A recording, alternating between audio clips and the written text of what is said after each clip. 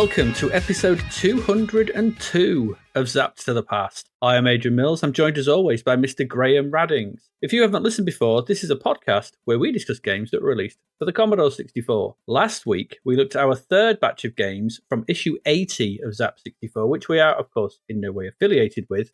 And we celebrated Christmas in Santa's Xmas Caper, endured aimless wandering in Elvira, the arcade game, and skipped from vehicle to vehicle in the suspiciously stuntman-free Sky High Stuntman. This week, we conclude our look at the games in January 1992, along with what was flooding the album charts in both January and February.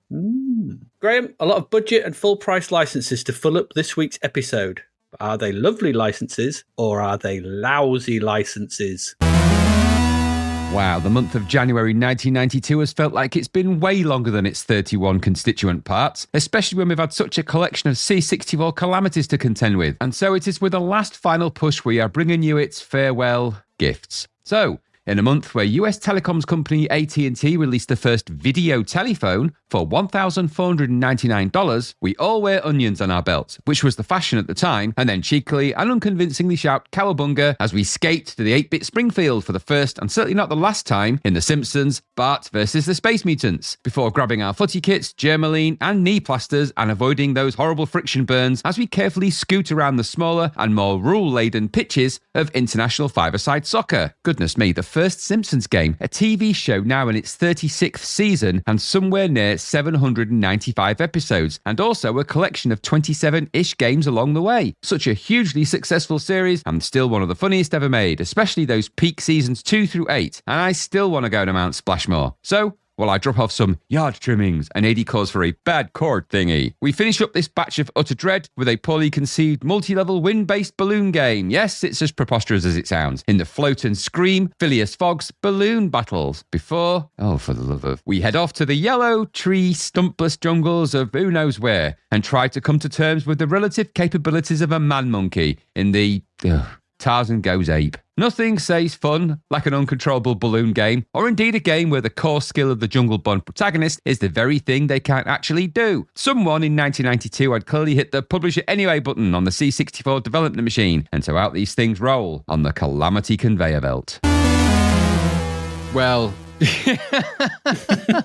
it's packed full of something, isn't it?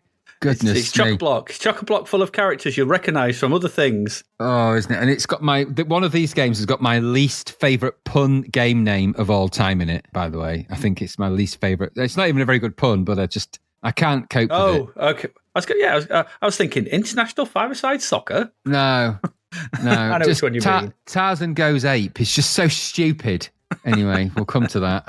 Yeah. The game's this bloody episode. I'm just going to warn you now, listeners. If you like the episodes where we like stuff, this ain't going to be an episode for you. No. If you like the episodes where we tend to not like things, then howdy, you're in for a treat. Yes. It's not a banger week. And as much as we've dropped kind of all the scatological jokes over time, I think we have. I think we did go full on scatological for quite a bit, and then we dropped it. Yeah. I'm just going to revisit that. Just reshit that. I'm just going to reshit that. I don't know how you said that. You program my mind. We're just going to revisit that by saying that this is becoming. You. You actually did.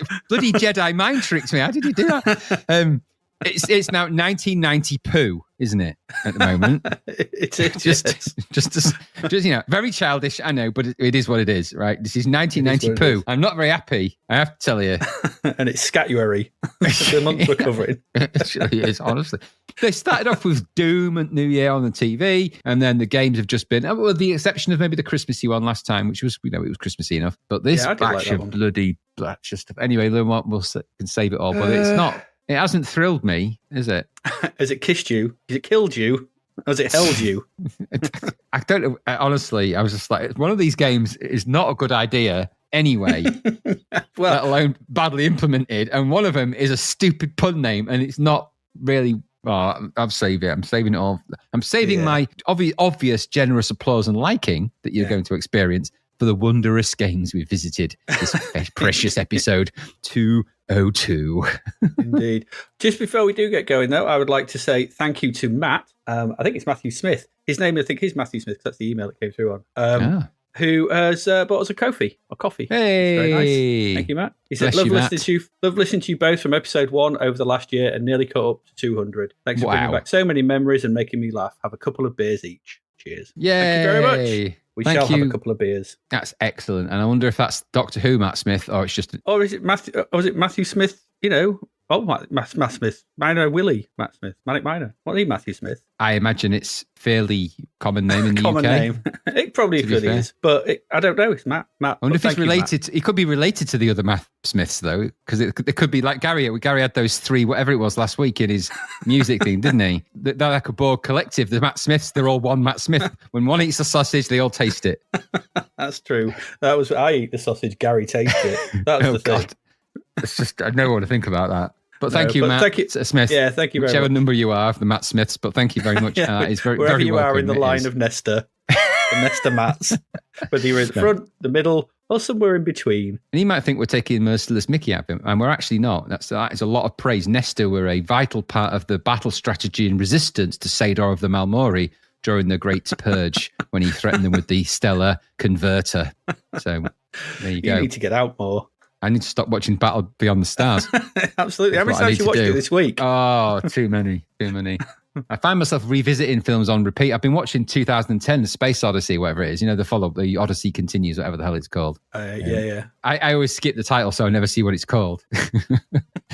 So it's a bit of a surprise. What am I watching? Yeah. Oh, it's 2010 again. Do you know, for the first time, and this is just an aside, right? I watched like all of different films of all different times, and I've been watching that one again, I have. And there's a scene in it that never struck me as odd until fairly recently in there, where Dave Bowman's spirit comes back on a woman's TV screen while she's having breakfast. His ex-wife, in fact, is a twinkly-eyed spaceman who isn't Dave Bowman, but says, I remember Dave Bowman, but I'm not sure that I'm him. And it's in a confusing message where he appears for no reason really to her to say that something wonderful is going to happen ultimately. But she says, Dave? And he says, yes. Well, I used to be Dave Bowman, but I don't think I am anymore. With like a weird twinkle in his eye. And she says, oh, right, okay. And he's just like, and then he says, you've remarried again? And it's like, you keep all the power it takes for you to come back, Mr. Starman. And you've just come back to give her a bit of a third degree about who she's married. You pretended you weren't bothered, but you were bothered by that. You came back because he could have picked anybody of his family. It's a bit weird. He comes back to later as well. He brushes his mum's hair as an invisible man, doesn't he? So, I don't know. Just I honestly can't remember. I think I've seen that film like twice, but that was back in the. It's good in its own crappy logic, but I think he's good in it. Roy Scheider's good in it. He's good in it. He's actually pretty good in it as well. Roy Scheider's a very dependable actor back in the day, wasn't he? He was always good always watchable. And it's got a guy in it that's clearly meant to be a different actor, but they couldn't get him, so they got an actor that looks a lot like him as well. His Mexican equivalent. He's non-union Mexican. What's the name of the chap? He's there's a character in 2010 that's clearly meant to be Richard Dreyfuss, his character. He looks like him. It's kind of playing in the same way, but it's not him. Okay. It's the guy that created Hal and Sal and Hal 9000 and weirdly creates an exact female duplicate of Hal called Sal, who sounds just as sardonic and as pointless. If that was the future they predicted for AI. My AI on my phone sounds nothing like that. It's quite chatty, actually. In fact, I felt like I was being flirted with, which was a bit weird. I've turned mine off. But then I showed it a few pictures. I was making it see things like the Moorhammer and that, and it's blanked me for 2 days, and that's it. I think I've been blanked. I've been ghosted by my own AI. Ghosted by the ghost in the machine. Exactly. Well, I was going to show it a picture of Gary and say, explain. Just give me the lowdown. What do you think? I'm sorry, Dave. I'm going to close down for a while. It's just my phone's dead. It's bricked. It's gone full C3PO. Oh, that's a rubbish C3PO impression, by the way. But I like it. Yeah. I like it. I like it. He can do any language. Piffling Jawas. No, he can sound like anything he wants, and he chooses to sound like that. I think that's cool. Be who you are. Well, yeah. Well, no, he can just speak in loads of different languages. I know he can choose to, but he's a robot, so he doesn't have vocal cords. He's got a speaker. He's like that robot synth woman in Alien Earth. You know, he says to me, "You haven't got vocal cords. You can just emit whatever sound you want through your throat speaker." And she's like, "I can." So she goes and starts doing all that fancy stuff. So it's exactly the same for C3PO. We don't have vocal cords. You can be anything. He could sound like Mr. T and should. I'd like C3PO to go, "I pity the fool. Pity the fool. I pity the Jawa who tried to sell me this rubbish." You quit your crazy Jawa jabber. What's that? What you saying out to? What's that? I ain't getting on no X-Wing. Do you know our chances of surviving this are 3 million to 1? I like the fact that you're doing a Mr. T, but you are doing a C-3PO version as well. There's an inflection. There's a slight melancholic inflection in it. I love it. There you go. On that note, should we get to some games? We've got 4 this week. Yeah, very good. I think Mr. T doing C-3PO ain't enough for you. What we're doing? No, I know we've been getting to these games, but let's get to them. Mr. T-3PO. Mr. T-3PO, yeah, or C-3TO. Love it. Let's get to some games, Graham. Yes, let's get to some games.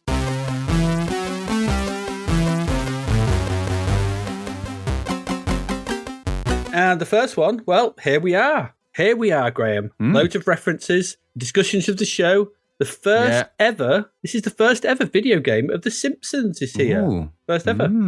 This is The Simpsons, Bart versus the Space Mutants. Okay. There was no price for this in Zapped. I couldn't find a price anywhere. I'm not even sure if it came out. I don't know. The only price, there's a $3.99 budget version, and I found a manual for this. It was released by Ocean, but I couldn't find a price for it. So was it a cartridge game, or was it?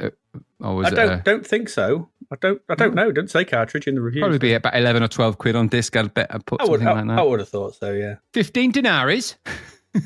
My bloody life story. So this originally came out in February 1991 on the NES. Ooh. Originally, it was released by Acclaim Entertainment. Acclaim did loads of stuff. They did I think they originally finally got bought by Warner Brothers. Well, Mortal Kombat people. I think they all went that way. They released Burnout and Burnout 2 and stuff like that.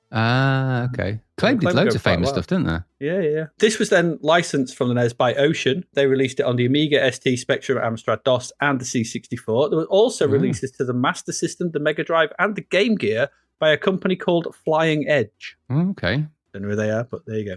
According to the wiki, Bart vs. the Space Mutants was designed by Gary Kitchen, who was approached by Acclaim in 1989 while the original Simpsons shorts were airing on the Tracy Ullman Show. Full production began in May 1990. It was an intended release for Christmas 1990. Development issues caused the game to be delayed, though, to early 91. Upon release, Bart vs. the Space Mutants received mixed reviews, criticism directed towards control and high difficulty level. However, it was also a commercial success, selling over 1 million copies and becoming a bestseller for the NES. Wow. So, it seems the delay worked out pretty good for them, even though maybe the game ain't that great, but we'll see. Anyway, the C64 version was developed by Arc Developments. They did Crackdown, Forgotten Worlds, and Pang, and some others. Wow. The design is by Imagineering. I think there's some American company. That might be Gary, who is it created this again? What's his name? Gary Kitchen, might be his place. Because they did something called a really obscure arcade port called Crossbow. You ever heard of it? Never heard of that, no. No, and they also did a game for Epix called Destroyer Escort, I think it was Epix. It's supposed to be like the best sea simulator thing. Okay. Bunch of lemon anyway. Neither of them made it to Zap though, so maybe they're just out in the States. It was produced by Colin Gordon. He worked on Tank. Remember that Tank? That was crap. I do. And Beach Volley, which we never got to look at because we never saw it. Coded by Richard Underhill, who did Forgotten Worlds, Pang. He also did Great Gurianos. He had graphics by Paul Walker, Forgotten Worlds, Crackdown, Pang. You recognise these names. He also worked on Ikari Warriors and loads of others. And finally, the music is by Jonathan Dun. Oh, sorry, I was getting into that. Dun, dun, dun. We've seen loads of times before. Not a bad team, all told, I guess. But there's a précis of the game on the back of the case, though. And it goes something like this. It's in instructions as well. It goes, "Hello, fellow humans. Bartholomew J. Simpson here with a very important secrets." In fact, that says secrets. Space mutants are invading Springfield. That's right, man. A bunch of slimy, horrible, totally gross and putrid monsters are taking over the bodies of the people who live here. And they want to build a weapon that's going to take over the entire planet. Pretty cool, huh? Okay. Not really. Anyway, yours truly is the only one who can see them. I've got to spray paint things, get radical on my skateboard, use my trusty slingshot, and in general behave like a nuisance, man. Plus, with evil dudes like Nelson the Bully and Sideshow Bob getting in my way, it's a good thing I've got the rest of the Simpsons to help me out. So if you're a decent person, a patriot, and somebody who cares about this sorry planet, you'll do the right thing. Save the Earth. Buy this game. Thanks, man. Anyway, it says the same thing in the manual. It does have a decent description of what you need to do, though, and also a section on getting the family to help. It says, if he tried hard enough, Bart could probably save the world alone, but it'd be sure easier if Homer, Marge, Lisa, and Maggie could help him. Problem is, Bart doesn't exactly have the best reputation for telling the truth, so he first has to convince his family he's not making this story up. How does he do it? By jumping on the heads of the people whose bodies have been taken over by mutants. This forces the mutants out of the bodies they've been controlling. They then leave behind proof of their existence that Bart must pick up before it disappears. Each time he gets one, a letter in the name of one of the Simpsons appears under their picture in the status screen. When you get them all, they'll help you in the final battle, which is okay. Okay, so I played a disc and a cartridge version of this because it's a multi-load.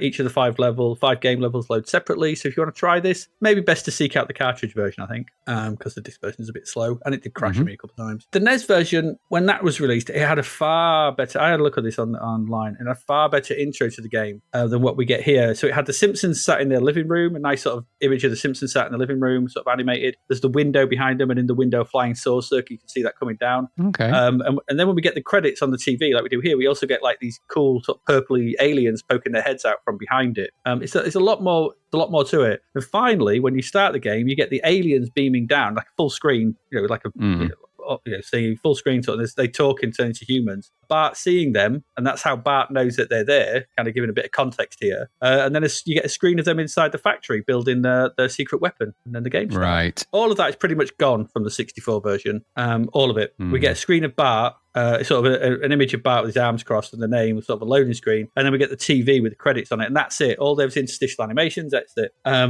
When you press fire, the game just starts. There's really not much to the start of this, which, unlike that NES version, you just get a message of what to do. It's a shame, though, because it's a multi-load. And we've seen loads of multi-loads where they've got those really cool intros and all those kind of things working. You remember Turbocharge and Last Ninja 3 and all those kind of things? There's no reason why they couldn't have put this in there. I can only think this was a case of a quick port and out for Christmas. Ocean Specials, get this out for Christmas. We ain't got time to do those front end, just get the game done. So even the Spectrum version gets the shot of the factory, though. So it's disappointing to see those elements jettisoned. Anyway, the game itself is, for the most part, a standard left-to-right scrolling platformer.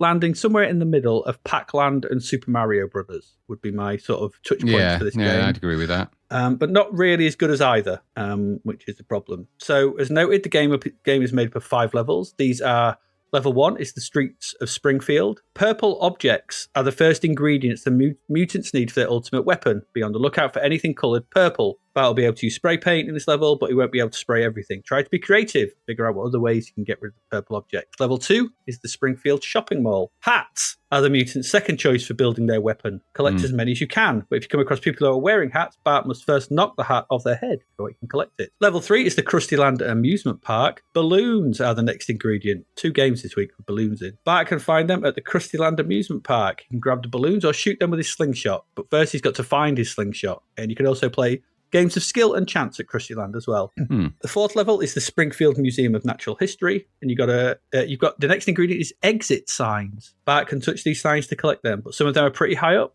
Can't reach them. Use the dart guns, which you can pick up along the way. Watch out for the laser alarms, though. Finally, there's the Springfield Nuclear Power Plant, and it's power rods here. Bart must make his way around the power plant where Homer works, collecting all the rods he can find. Then he has to hightail it to the basement and put them back in the reactor. So those are the 5 levels. They kind of try and sort of keep them Simpson themes, I guess. And so each level is a main challenge. Must complete that. And that's denoted in the UI at the bottom of the screen. So the UI shows the character who might help you on the left. So remember, you've got to jump on the heads of the aliens and get the bits and bobs. So it'll either be Maggie, Marge, one of the 4 Simpsons, basically.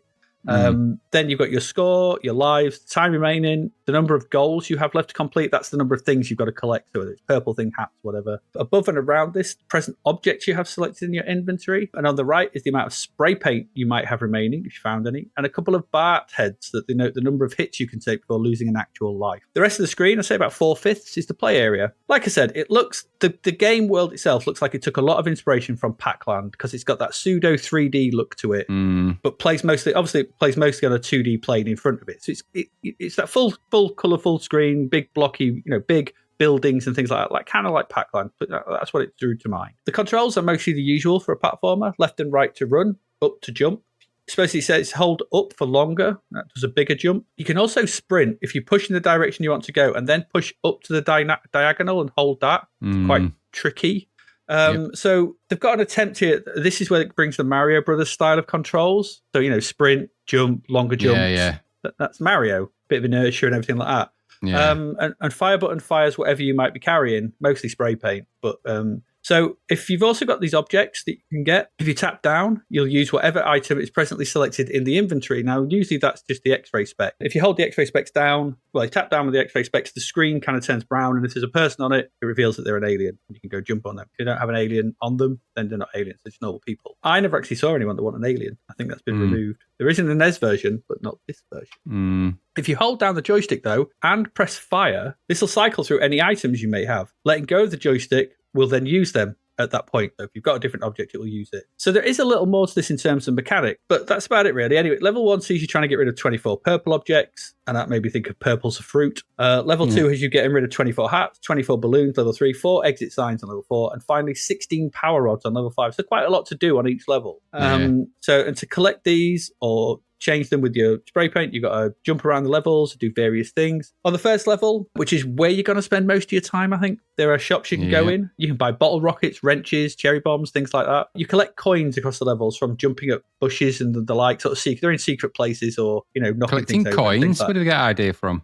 I don't know. These will help solve little puzzles and get rid of the purple items. So like midway through the level, you must skate across a large patch of it for some reason, jumping over aliens, and then the same again sometime later. You must also bounce, like I said, on the heads of the people who are possessed by aliens, revealing, you reveal them first with your X-ray specs. Just jump on everyone. They generally tend to be an alien. And doing so, like I said, reveals one of the letters. Reveal all of these. They'll help you in the boss fight at the end of the level. It's weird how they help you, though. I'll come to that in a little bit. So it's not all platforming. Like I said, there are little puzzles and stuff to sort of solve along the way. Like in the first level, if you get the wrench from a shop, if you go outside, there's a water hydrant. So if you use the wrench on that hydrant, it sprays water on a purple sign that's above the shop door to get rid of it. So that kind of thing. Or there's a bit where near the beginning where you have to sort of jump through a phone box, then up onto the washing line. You have to run over the washing that's on the washing line, and that drops off to cover up some purple elements. So on and so forth. It's not just spraying stuff. There are little puzzles and stuff to achieve as well. And achieving all of what you need to do takes some lateral thinking at times. So this got 85%, a pretty good score overall. And yeah, okay, but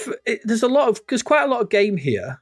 5 levels, lots of different things to do. Interesting background visuals as you progress, but for me, what lets it down are the controls, which in trying to replicate the D-pad and 2 buttons of the NES controller, it just comes across as too fiddly for me. It just doesn't quite work. Trying to sprint was a pain. Trying to sort of run, sprint, and then jump, which is still up. I'm like, oh, what's going on here? And hold it up. It just didn't kind of work. You're trying to do 2 things with the same input. And I found the inertia of Bart often takes you into enemies, and you find yourselves losing lives quickly, because I'll come to why in a little bit why that's a problem. So there are some good elements to this. The theming on the first level, it feels very Simpsons. They've done a good job in making this feel like a Simpsons game. They've taken a lot of info and a lot of bits from that. Like there's a telephone, you go past Moe's right at the beginning, there's a telephone booth outside it. If you jump in and use a coin, it calls Moe. And then he asks for Jock. So, he asks for Mr. Strap, first name Jock. Right. And it's delivered a bit slow. It's much faster in the NES version. It's a bit slow here, so the timing of the joke is lost. But it's an attempt to kind of get that bit out of The Simpsons, which, when he used to ring up Moe's and stuff. The old people's home is there. There's a statue of Jebediah Springfield as you go through and so on. And there's enough in this opening to make you smile. As you reminisce, you recognize these things as part of The Simpsons. But the problem is you'll soon start to gnash your teeth as the controls hinder progress all too often. And that is exacerbated by the enemy placement and the way they move. Enemies often come in threes, quite close together, bouncing up and down with small gaps to get through or over them. But this will invariably lead to you hitting one of them. If you're out of energy, being sent back quite a way. Problem. Mario's enemies are easy enough to overcome. You can just jump on the heads and stuff like that and run around them, and they don't come in massive amounts. Here, they're really close, or they're up on the balconies where you've got to get to, and they move in really unpredictable ways. Too fast, too early in the game. It's just getting really frustrating quite quickly. So, like I said, you've got to jump on the heads of people who are possessed by aliens to knock them off. And this is what they should have done. They should have borrowed that wholesale from Mario and used it against all the enemies. Jumping on the heads. Clearly, they've nicked stuff from Mario. Nick that. Yeah, absolutely. Because you've got absolutely no ability to take out the enemies. Or they can only be avoided. Bouncing on the head seemed the obvious thing to do, because that gives you a bit of power against them and a bit like, I can make my way through this, and multiple bounce across them and things like that. You could have had bonus points for that. You could have had extra coins and things like that, because they're so close, it's really easy to do. They don't know. And so it becomes infuriating at times to navigate the space that you have. Most of it's dead easy, but then you'll just get a load of enemies or really close together or in the way of where you've got to get to. And the jump is too awkward to pull off reliably, so it just becomes a frustrating thing. Yes. They also do stupid things, like have an instant death carpet for some reason. I think it's a carpet at the start of level 2. You have to do a sprinting jump to land on a moving platform that's going up and down. Now, that's a pain, because already sprinting and jumping is a pain. You get it wrong, you will. It's instant death and you land on the carpet. Why is a carpet instant death? I don't know. idea. I mean, this probably all comes from the NES version, I'm guessing. So I'm going to guess the issues lie there. But the NES had 2 buttons and it's probably easier to control because of the nature of the D-pad and the 2 buttons. So sprinting with a button, jump is a button. Just probably would have been easier than what we get here. Or maybe up was jump or whatever, so however they did it. But at least it would have been separate, I think. But they could have taken the time to fix some of these issues in these ports. But it's, released at the beginning of 1991. It's ported to all the machines by the end of 1991. 8 months. Probably just get the whole thing. It's quite a big game. There's a lot in it. Just get it done. And don't worry about the things that are wrong. Just replicate it. Just do it. The visuals on the whole, they're all right. The extra family members, when they turn up in boss fights, look not like them. I don't know what was going on there. It's like the first one's really weird. You get Maggie in the first level. And when you get to the end boss, and this is another thing, there's end bosses, and I think they're supposed to be like Nelson and Sideshow Bob and things like that. I don't know. They look, I don't know what they are. They're just people who just turn up. I presume, they're aliens. I don't know. Don't really I don't know what's going on with them. But Maggie's up in the grass in the background, and she's throwing balls away from the enemy. You have to sort of jump up and hit those balls to sort of bounce them back at the enemy. It's an awkward thing to do while trying to avoid stuff and throw your own, do your own stuff as well. Because suddenly you can shoot as well at them in the end game levels, which you can't do at any other part of the level for some reason. I don't know why. So you just get these extra powers in the boss fights. Bart is well drawn, though. I'll give it that. It's a good Bart. He's well animated. He's well portrayed. The scrolling and backgrounds are decent enough. They're recognizable. Pac-Man style, but they're recognizable as things from The Simpsons. However, beyond level 1, the theming goes off the chart. You find yourself being menaced by shoes. It's like,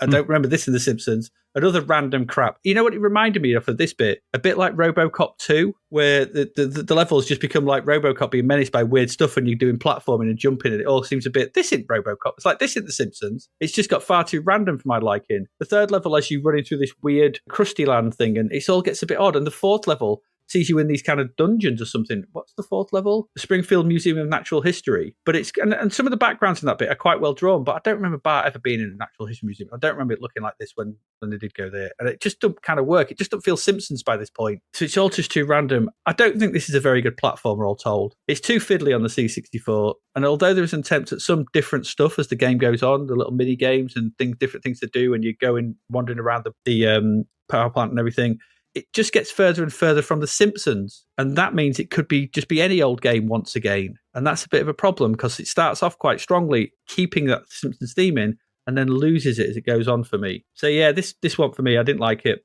I wanted more of that first level, if I'm honest, rather than the random platforming nonsense it turned into. And also, it needed to nick the most important thing from Mario, which was jumping on heads, which it kind of did, and then didn't do it for the rest of them. It's like, what are you thinking? What are you thinking? So that was that. It's not very good. What did you think? I didn't like it. I just had there were some fundamental controlling issues with it. It was very difficult, too difficult, really. It's meant to be fun and Bart Simpson-y, and it looked the part. I mean, it was a C64 version of it, and things felt a little bit smaller than they should necessarily have been. We've seen games of this type. This reminded me of a Jack the Nipper type vibe. But that was bigger and more colourful, and the graphics were a little bit on the bigger side. And I think it would have benefited from just having slightly bigger sprites. The smaller sprites are okay, but the backgrounds lacked a lot of detail. It just felt a little bit haphazard. It wasn't very polished from what I would have expected. And then add to that your inability really to properly, because some of those enemies where you get them in triplicates, it's just tedious because of the way the controls work, and because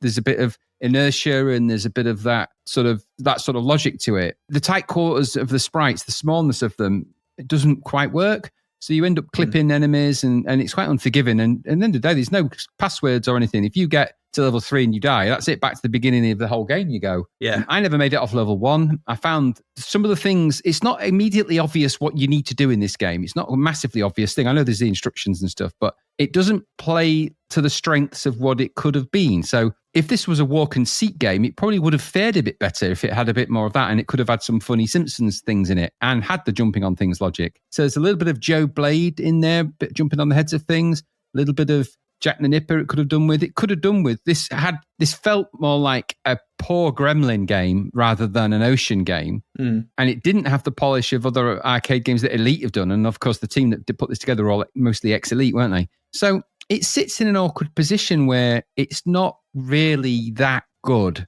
as a Simpsons game, and it pales into comparison of the NES version, which is kind of actually pretty good, but it plays to the NES's strengths in that way. Mm-hmm. So I found myself feeling quite disappointed by this. It wasn't very funny, which I was expecting a Simpsons game to be a bit funnier. Some of the stuff in it's okay, but the novelty soon wears off. The things are so slow, like when he rings Mo, like you say, it just seems to drag on. I was like, oh, come on, this is meant to be snappy and over with. And the enemies that are in it, such as they are hopping about up and down, they're kind of over and over again the same thing. It wasn't clear what they were really aiming for with this. Was it a platformer? Not quite. Was it an adventure? Not really. Was it a walk and seek? Not really either. It sat in a difficult place where it didn't know what it was going to be. And I think that identity crisis is probably in the NES version as well, but the NES one could pull it off more graphically, so it could get away with a bit more and give it a bit more of a Simpsons flavor. So I think this is it feels like quite a poor version of probably what is an okay game on the NES. So this is not the best version to play. And I found that other than those things, the music was okay for what it was, but I just found it irritating. That won't be the first time I say, or the last time I say that word for this episode. But I found the game, it started to irritate me because of just some of the silliness in it, in the sense of the difficulty in this game wasn't because there was challenges. Difficulty was because the controls were stupid and they weren't very responsive, and it just didn't feel very fun to play. So I didn't enjoy my time with a Simpsons game, which I've never thought I'd be saying. Yeah. It wasn't another wasted cartoon license on the C64. It doesn't have a good history with them, does it, really? No, it doesn't. No. Sorry to say, no. No, yeah. I think if you had just jumped on the Reds, it would have made this game a lot better. Yeah, just control the logic a bit and just make the sprites a bit bigger. I don't know why Bart has to be so skinny and thin and tiny. It's just like this tiny little thing on the screen, and it doesn't quite work. The mixture of resolutions doesn't quite work. I mean, I know it's The Simpsons, so there is it does have a look of the colour of The Simpsons. I'll give it that. With the sort of the backdrops, it does look a bit like the cartoon in that respect. But it's just I'd have happily had a bigger Bart character and some of the bigger characters. We've seen games that can do it on the C64. I mean, Pac-Land's actually a pretty good shout out, because that is a game where you're running along, jumping on things, jumping on the heads of things, and that had reasonably sized sprites in it, as I recall. So it can be done. Yeah, absolutely. So it's just it was a misfire, a tragic misfire, and for all the reasons you specified and all the ones I've thrown in as well. Yeah, there you go. Bart versus the Space Mutants, whatever it's called. No, didn't do anything for us, I'm afraid. Annoy and frustrate. No, it didn't deserve 85% on the C64, did it? No, it didn't. No. I don't think a game that fundamentally doesn't control very well, I think, is always. I think at that point you're knocking points off. Yeah, and this is classic Ocean territory. A side-scrolling, going across the screen, jumping over things. I mean, they've made a career out of making those games. This should have been a no-brainer for them. Well, yeah. Probably there was no crates or barrels. I think it's just probably is. They just tried to replicate the NES version without thinking how it was going to properly work on the C64. Yeah, they did. There we go. Let's move on to our next game before we go for a break.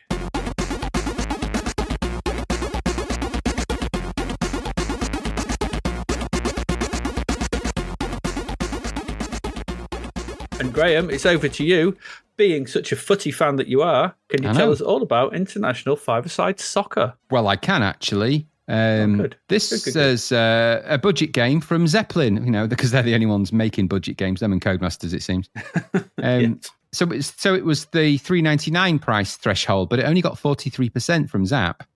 This was, like I said, Zeppelin Games, but it was coded by Dave Sowerby. Of course it was. He did Sleepwalker and Round the Bend. I think he's the only one there who does anything. Graphics are by Neil Hislop. He did Sleepwalker and Round the Bend, and the musician was Andrew Roger, who did Sleepwalker. They've done quite a bit of other stuff, but a lot of it is post this game and post Zap, actually. So there's a whole slew of Zeppelin games which would never make the pages of Zap, because Zap had long since folded by the time some of those are coming out, and there looks like some pretty good titles in amongst all that too. So International Five-A-Side Football then. Hey! Pretty much a back to basics game, actually, in some respects, this. And budget fodder, like I said, simple and yet effective title screen, I suppose you'd call it. Two little footballers, lots of text on there, some simple options. Like I said, baseline options, really. You can choose to just get straight in, kick off. You can just kick off if you want. Kick off. Or you can go into the options. In the options, of course, you can choose the colours of your players if you wish to do that. So you can change their shirts and socks, which is, okay, but customization never goes amiss in this sort of thing. I quite like the player graphics in this. It did make me laugh. They look like they're wearing shades until they look face on, and then they're not. They've got little black eyes. But they are quite nicely animated, and they do look like little mini footballers, and that's fine by me. There's a cuteness to this. Nowadays this would be considered retro, wouldn't it? Retro graphics. Look at the little pixel men. You can also adjust the timing of the games, by the way, which it starts at 5 minutes and goes on for 20. I don't know anyone that could stand playing that for 20 minutes aside. Goodness, 20 minutes a half. You'd be 40 minutes of that. No. Goodness me. No, I don't think that. I wouldn't recommend that. And you can change the skill level between amateur and more difficult options. Of course, you can do that if you want to do that. Which is redundant. Yeah, because they don't tend to have a lot of skill in this game.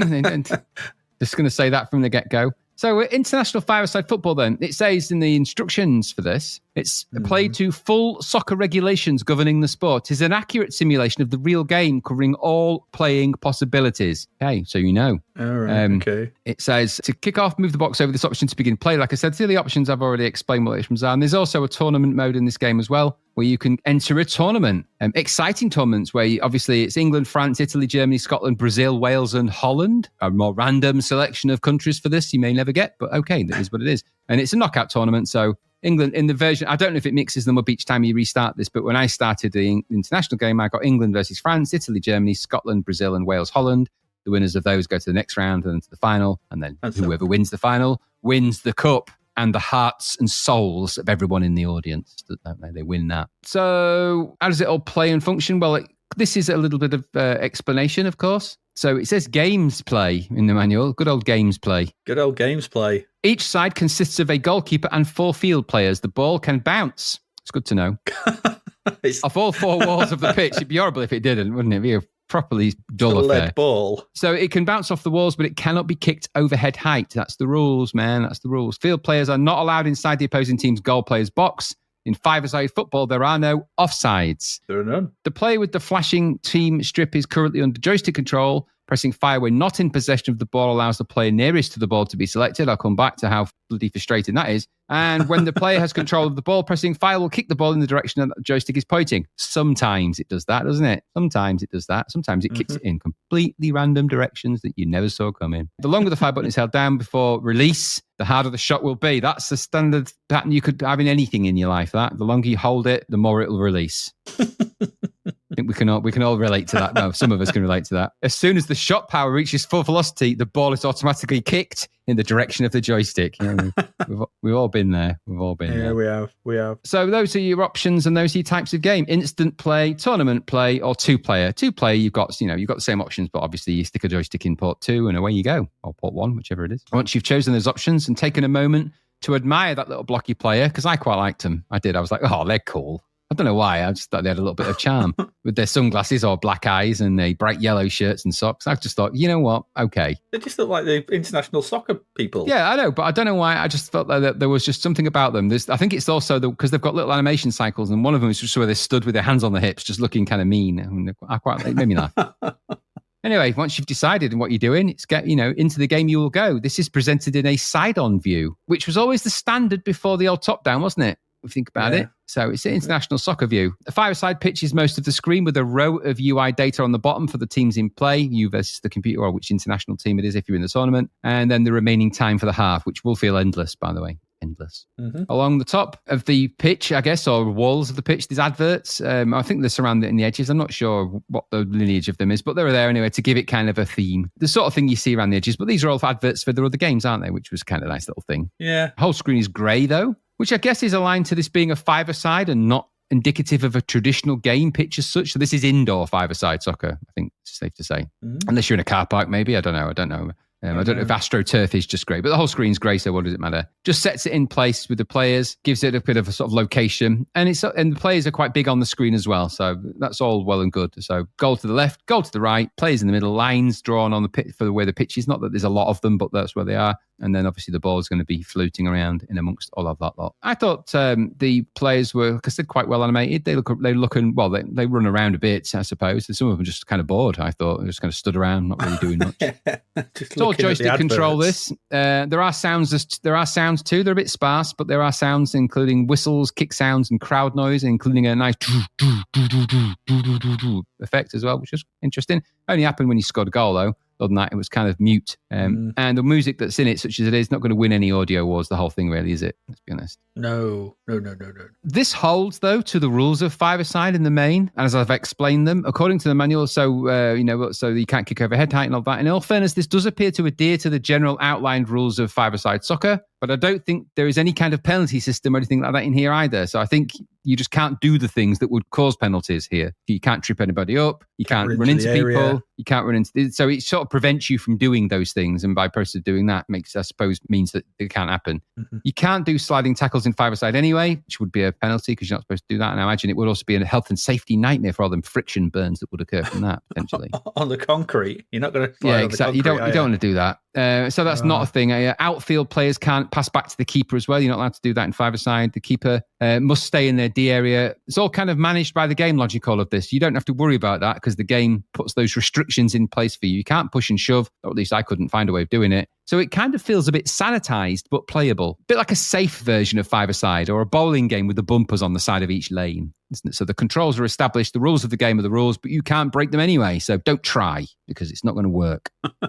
This controls like most of these kind of games, only this one you select the player nearest the ball by pressing fire. And when you have the ball, you, of course, press fire to kick it with a longer press. Like I said, having a bit more oomph, or at least some oomph. I wouldn't say it had a lot of oomph. It's not a big oomphy game, is it? Nope. Remember, the ball can bounce off the walls here. There are no corners or throw-ins or long kicks. So this does feel more close up, and you'll more often than not be chasing the ball about, get it, and then run it to another player at the end of the pitch and pretty much do a short pass or hit the goalie because the goalie will just stand there and block it almost immediately. Mm-hmm. The logic of the fire buttons to select players can get very confusing when you have the ball as you kick it, and then you have to ensure that you get to the selected player by pressing fire to select them. It doesn't automatically do that. So it's a bit counterintuitive to kick a ball from a player and then have to quickly press fire to select the next player you pass to, rather than it just automatically go to the next player or the player nearest the ball. I suppose that would be more than $3.99 worth of logic being applied to this. Probably, yes. So I found that can get a little confusing and a little bit frustrating when you're sort of scrambling around to figure out which player is going to flash in order to be the one that gets the ball. But it doesn't really matter because the opposing players aren't really that bothered, if I'm honest. You'll kick the ball. They'll just stand there half the time. Like, oh, there's a ball. Should I kick it? I don't know. Sometimes they'll run off with it. Sometimes they won't.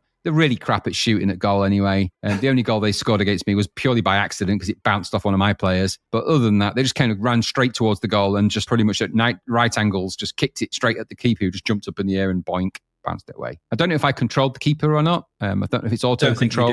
I think it's auto. So again, it sort of takes the fun of that away a bit. I don't know if that works in two-player as well or not. I don't know. I didn't play two-player. So I guess that's so you're into it and that's kind of the plan of how you play it. I don't know. There's only a few players, maybe since there's only a few players on the screen, and maybe that's not such a big issue, but I think it does expose something as well. And that really is the opposing team's game logic and AI, such as you could even compare that to an AI, really.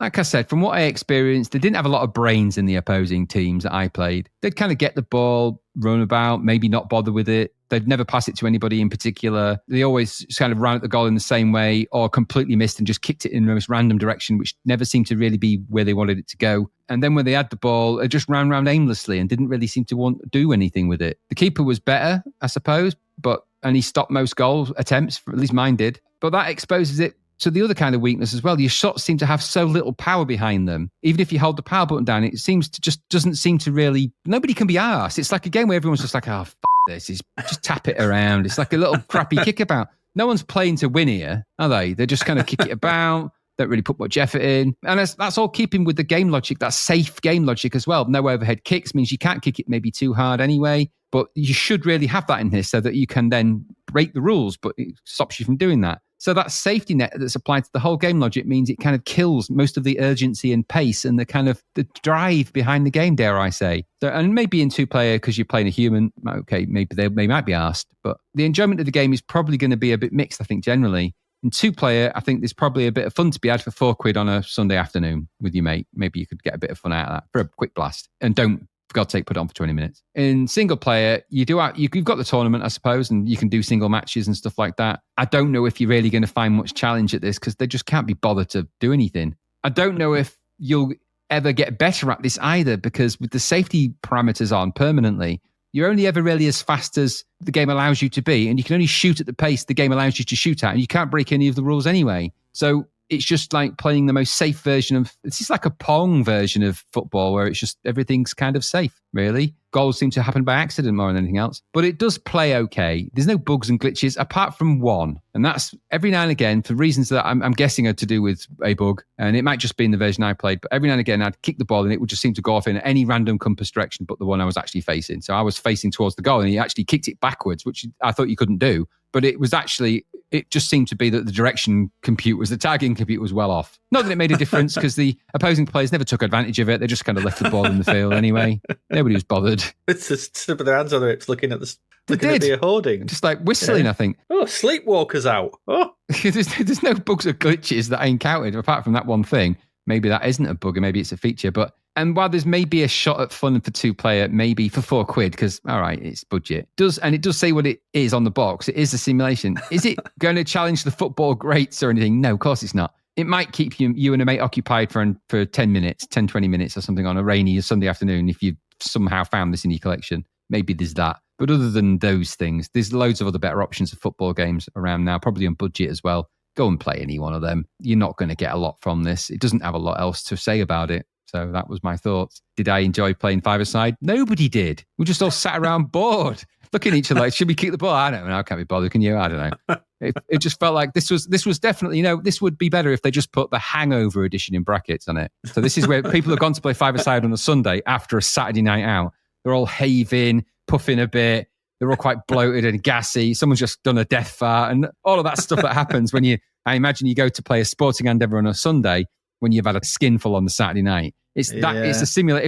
If that was its label, that would be a very accurate version of this because nobody's really bothered. But what did you think? I think you liked it more than I did. It's not a particularly good football game, well told. Even at a budget price, isn't very good. The action's pedestrian at best, and although things move about, things, scrolling stuff, there's pace to it. The lack of player options, the things you can actually do, really hurts this. I think you describe it well. Really sanitized. It's like this might as well. This is a game with armbands on. Yeah, it's totally that. Yeah, it is. It's like you can't take them off. No, you might drown. You might fall over and hurt your knee. I couldn't find any way to control how you kick the ball. It just hold down and hope it doesn't get taken off you by the opponents half the time. Yeah, if they can be bothered. Yeah, if they can be bothered. Well, the one I was playing was always bothered. It would just be the pair of us overlapping each other, just trying to get the ball. You didn't go out on Saturday night, that's why. No, the AI is useless. They just run about, make no attempt to get in the ball, even when it's right next to them. I had one stood just with his hands on his hips. The ball was there. I was like, get it. Yeah. Make this challenging. Yeah, most painful of all, though, is the player select. Because the player select works on a next in line way. So the list, basically, there's a list of players. So it's not like they don't do any sorting. And it's just player 2, 3, 4. That's your players. Pressing fire when you don't have the ball just selects the next player in the list rather than the one next to the ball. Yep. This means I was selecting a player that was off screen. Yep. You have to cycle through them. Where's my player gone? Where am I controlling? Ken, Dave. Oh, I needed Dave. Sorry, Pete. Sorry, Ken. It's just rubbish. It's just fundamental part of this is that trying to pass, therefore, is pointless. You can't choose the kick strength, and then trying to switch to the right player to receive it never works. And because the AI is rubbish, they just run away from it. Yep. It's like the AI is. It's like the Pac-Man thing. Like when the ball gets close, run away. That's what I don't know what this is. It's a hopeless thing. A hopeless thing. It's a bad football game. Even at budget money, this is overpriced. I thought it was rubbish because you can't play it. You can't play football. No. I like five-a-side football. I used to play loads of five-a-side football, and it's a really good because five-a-side football is really fast because of its confined space and stuff like that, and it's really intense. And it's you only play this for 5 minutes, and you are knackered way more than you are when you play on a full-size pitch because it's really, really it's really intense. This is like you said, it's like it's somnambulist football. I think what you said that's quite right. Everyone hungover, but I've played hungover as well, and it's just crap. And I like football, so when a bad one comes along, it's like it gets everything wrong. Everything. And the ball would sometimes speed up when it bounced off the side. Did you notice that? Yeah, bit crap. That's physics. Physics are wrong. Nah, I didn't like it. I didn't like international five-side soccer. But it was a terrible thing. Don't play this. Garbage. But if you do, put it on for 20 minutes, a half. Why not? There we go. That's our games for this first half. That was Bart's than the Mutants and International Five-a-Side Soccer. Glorious. Glorious times, Graham. Glorious games to be had. Glorious. Right, we're going to go away. We're going to take a quick break. And when we come back, we're going to look at the albums. There weren't many for January, so we're doing both January and February albums on go. So please do stick with us.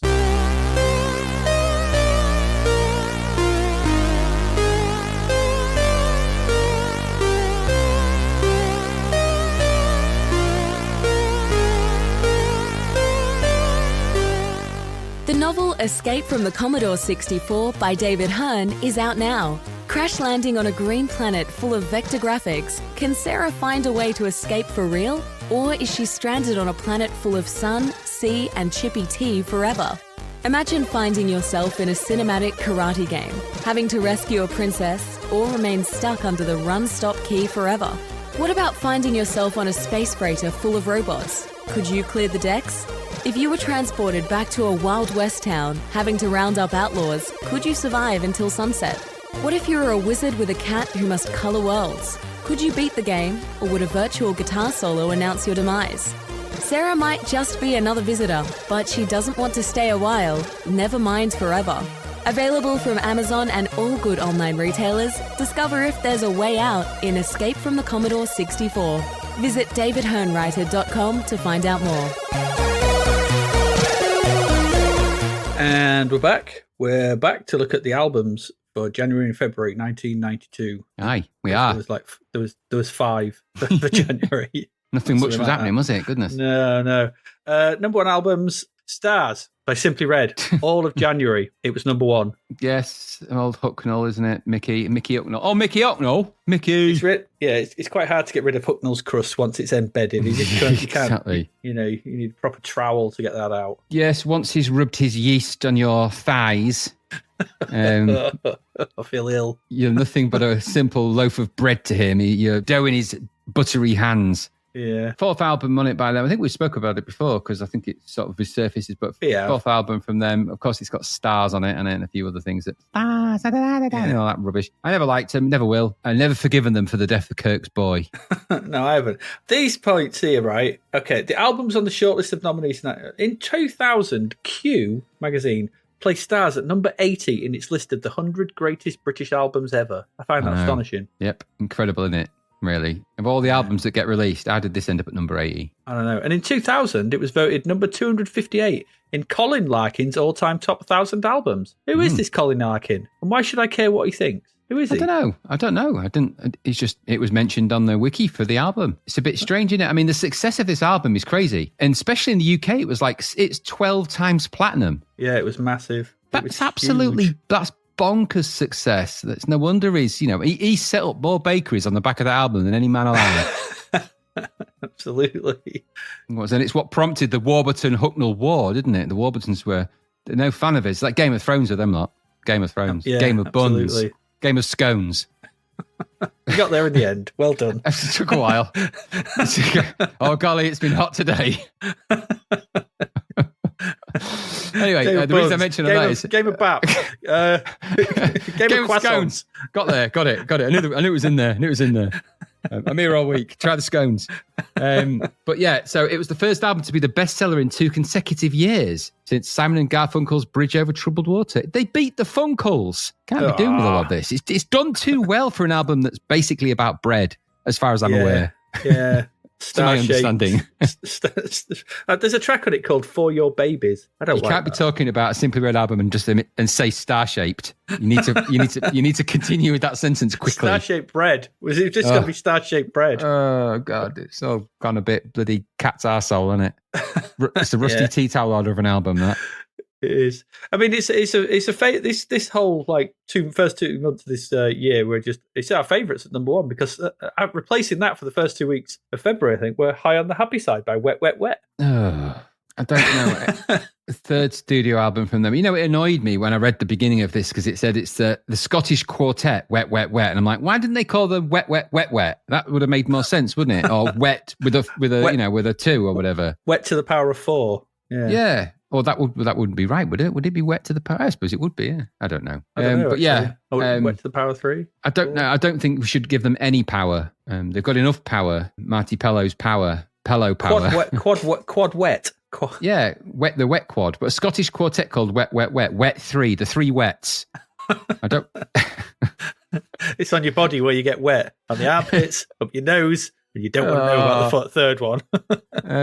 Now, it said the release of this album was preceded by the singles "Make It Tonight," "Put the Light On," and "Good Night Girl." And only one of them I recognised, and we must have looked at the others, but I didn't recognize. And then two further singles, "More Than Love" and "Lip Service." I don't know. It looks like to me like it's spelling out "Make It Tonight," "Put the Light On," "Good Night Girl," "More Than Love," and "Lip Service." I'm thinking he's making a request, really, there, isn't he?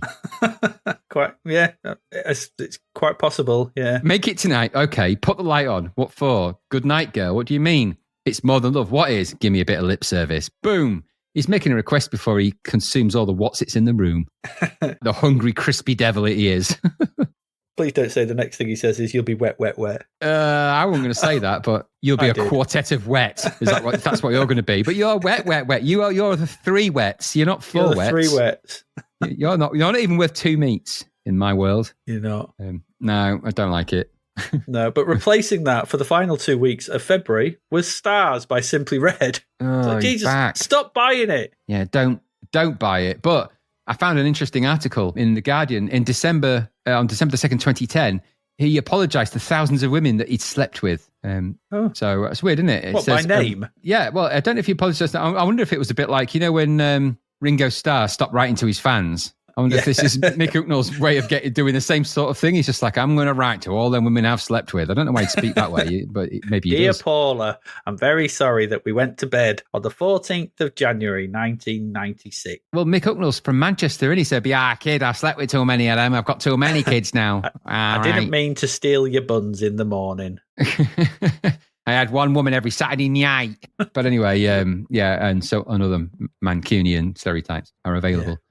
Yeah. So he apologized. He said, I wanted love from every single woman on the planet because I didn't have my mother's love. It was an addiction that took me to my darker period from 1996 to 2001 when I really came close to the gutter. I was more into drinking than seducing. Ultimately, he said, he got bored with his sexual adventuring as I never really got the emotional contact that I craved. Hang on a minute. Thousands? 1996 to 2001? It's only 5 years. Well, but maybe he had several women every night. He must have done, because a simple bit of maths gives you only about just over 1,800 days. He's got a tongue like an electric eel, and he likes the taste of a woman's tonsils. He must have done. Christ. He menaced them with his big baguette. They're not going to baguette him in a hurry, are they? And other bread jokes are available. He must have been walking around like a husk. Well, yeah, Mick Hucknall. Mick Hucknall. He formed a Hucknall. A Hucknall is actually what he is, not his name. After a while, he gets so leathered and bready that he turns into a Hucknall. I'm not even sure what that means. I don't know what that means. I don't know what that means, but his skin is made of pure Hucknall. God, it's making my eyes water. Let's not talk about Mick Hucknall anymore. No. Some of these albums that released this month. There's nothing on the 5th of January. Great. Nothing new. 12th of January, though, number 15, we had Little Earthquakes by Tori Amos. We did. Debut solo album, featuring the singles Silent All These Years, China, Winter, and Crucify. Excellent album. Yeah. Interesting that Atlantic rejected the first version of the album. Began working on a second version with her dead boyfriend, Eric Ross. Yeah, it's strange that, isn't it? And she didn't take it personally either. They were like, we don't like this. She was like, okay. She just went off and wrote a load of new stuff. All right, we like that. Yeah, that's much better. Well done. We'll release that. Yeah, absolutely. I found the video for Crucify, which is a great video for lots of reasons. Gary, just prepare yourself and the room with some kind of plastic covering if you're going to watch that. And shield the TV screen, for God's sake. Or your monitor. If you have to, use one of them things that you put on top of a frying pan to stop the spitting. Just, whatever works for you. God's sake. I'm just trying to be a pragmatist. I'm trying to save his poor house from the showering that it would get. But it's a very powerful video, very good, and she's looks amazing in it. It's already replete with stalactites. Oh, God's sake. That's just got too dark, even for me. However, when I was listening to the song Crucify, it made me realise at that moment how much Alanis Morissette sounds quite a lot like Tori Amos. And then I also looked into that and realised that although Morissette had albums out as early as 1981, it was really Jagged Little Pill that kind of put her on the big map. And when you listen to Jagged Little Pill, there's so much Tori Amos influence in it. It is striking, especially if you listen to Crucify. So go and watch the video for Crucify, shield whatever's necessary, Gary. and then take a moment to listen to Jagged Little Pill and listen to the how. And I don't doubt that she acknowledges that influence. I mean, Alanis Morissette is an amazing singer in her own right, but I think there's definitely lines to draw between them, I think. Yeah. And at number 44 is Wind of Change, classic rock by the London Symphony Orchestral Royal Choral and the Royal Choral Society. Oh, yeah, lots of orchestral versions of songs that you will recognise, no doubt. Yeah, and songs you won't. And then you hear them. There's it's better than Hank Shadows, I guess, but hearing the vocal line in All Right Now played on a sax was interesting. It was a bit weird, wasn't it? Just a bit. I don't know. There was this sort of thing about that. I mean, Jeff Love had made a career out of doing that prior to them doing that, so I don't quite know. But there seems to be a little bit of that. We've got another thing coming soon, which is even funnier than that. But people liked it though, didn't they? People did like it for reasons. They did. 19th of January, and at number 6 is Magic and Lost by Lou Reed. Good old Chirpy Reed. 16th studio album from him, that. 16th. Aye. Bloody hell. Yeah, so what was this? Magic and Lost was originally intended to be primarily about themes of magic. Yeah, after about hearing stories about magic Mexicans.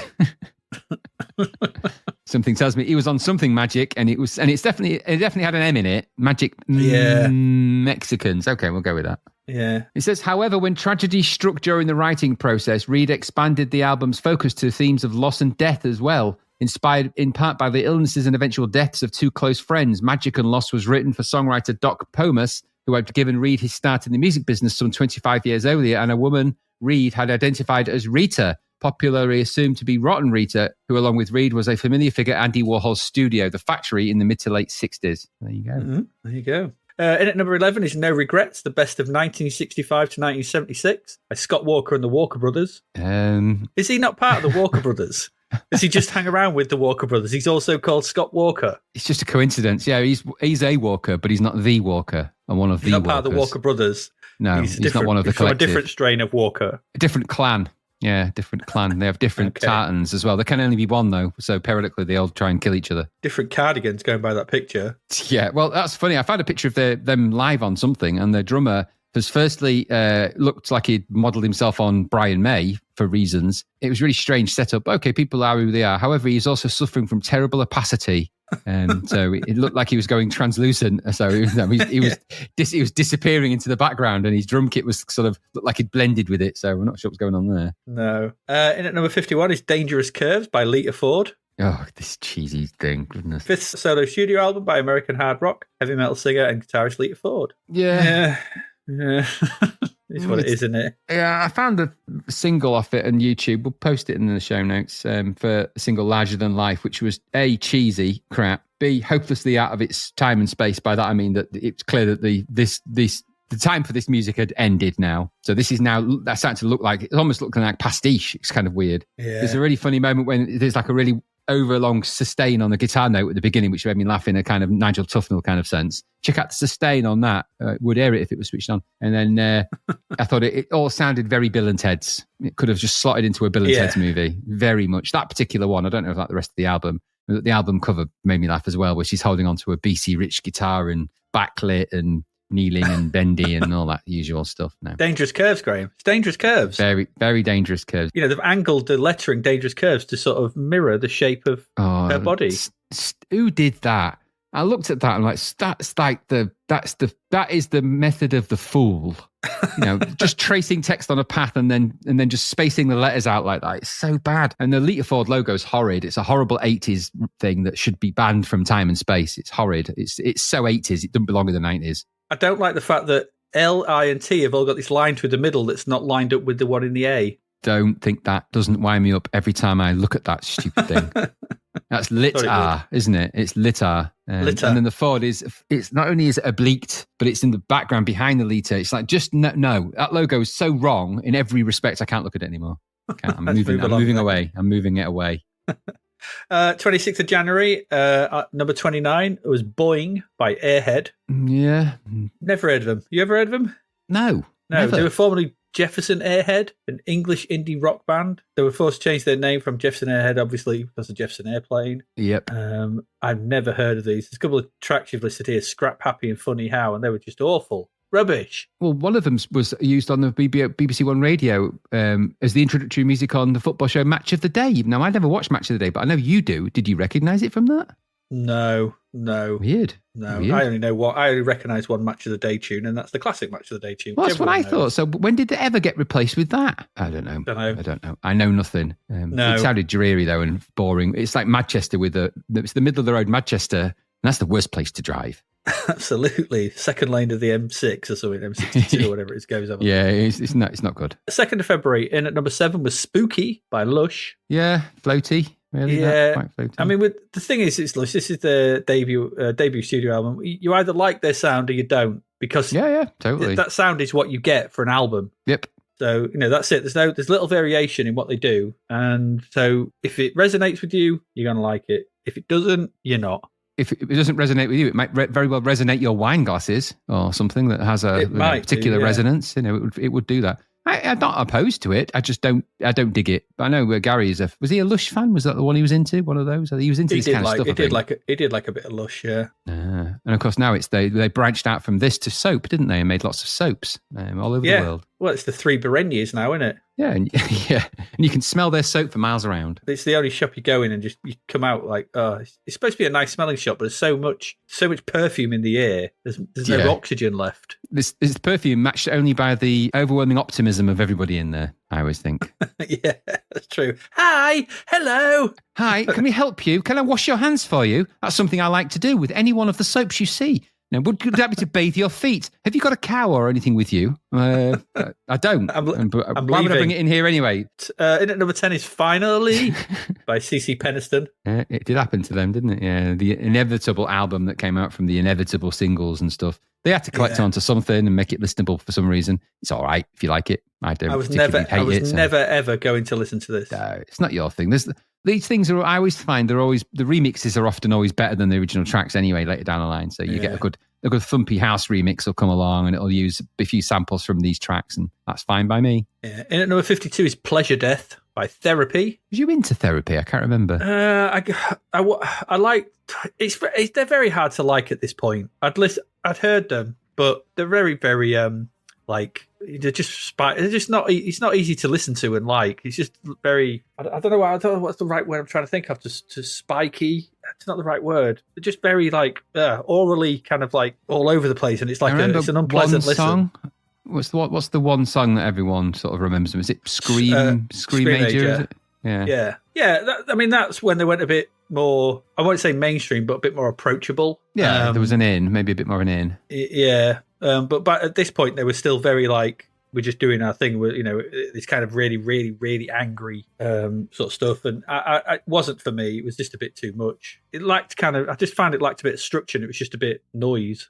Yeah, and they're a Northern Irish rock band. I imagine coming from the backgrounds that they probably come from, and they've probably got quite a lot to be angry about. So I think that's where that probably stems from. I mean, but I never dug it. I had a friend who was well into these. In fact, Christoph, the pop collaborator and listener, he's a massive fan of their early stuff, and he doesn't like them once they went a bit more mainstream, which is where I actually preferred them because there was tunes. Yeah, and I think I had a friend at college who liked them. My friend Will. Our friend Will, actually, Will as well. I remember him wearing Therapy t-shirts, so I'm guessing that was the band, as opposed to just a request for support. Yeah. So it's when they went, a bit more mainstream with Trouble Gum. That's when Trouble Gum, that was it. I couldn't remember. Yeah. That was the album. 9th of February, and at number 19 is Pavarotti in the Park by Luciano Pavarotti. It's not an album. It's just him wandering about, just making sounds, rubbing against trees. Slapping his shoes together to get the mud out. Yeah, absolutely. But stepping in a puddle. Oh, my sock is wet. Oh, mamma mia. And other Italian stereotypes are available. Yeah, absolutely, yeah. Oh. Just, getting quacked up by ducks. Things like that. The three just ducks. Him in the park. It's just him in the park, just wandering around, annoying people, singing off key. Sitting down, having a sandwich for his lunch. I've been whistling at him, singing off key, me, my, mo, my, me. Yeah, it was a big concert, wasn't it? 450,000 people turned up. I don't believe that's necessarily the right number. I think people were going to the park that day and he just happened to be there. So you can't really do that, can you? I did a gig there once to 100,000 people. It turns out I was just in the centre of Leeds. So, no, they might have been just going shopping, but I like to think they attended my concert, my impromptu concert. Is that why you released the album, Raddings in Leeds? Yeah, just Raddings in Leeds. Yeah, it was quite popular as well. I did the same thing as him. I went round clapping my shoes together, getting quacked up by ducks, and just going behind people and doing one of those whistles that goes.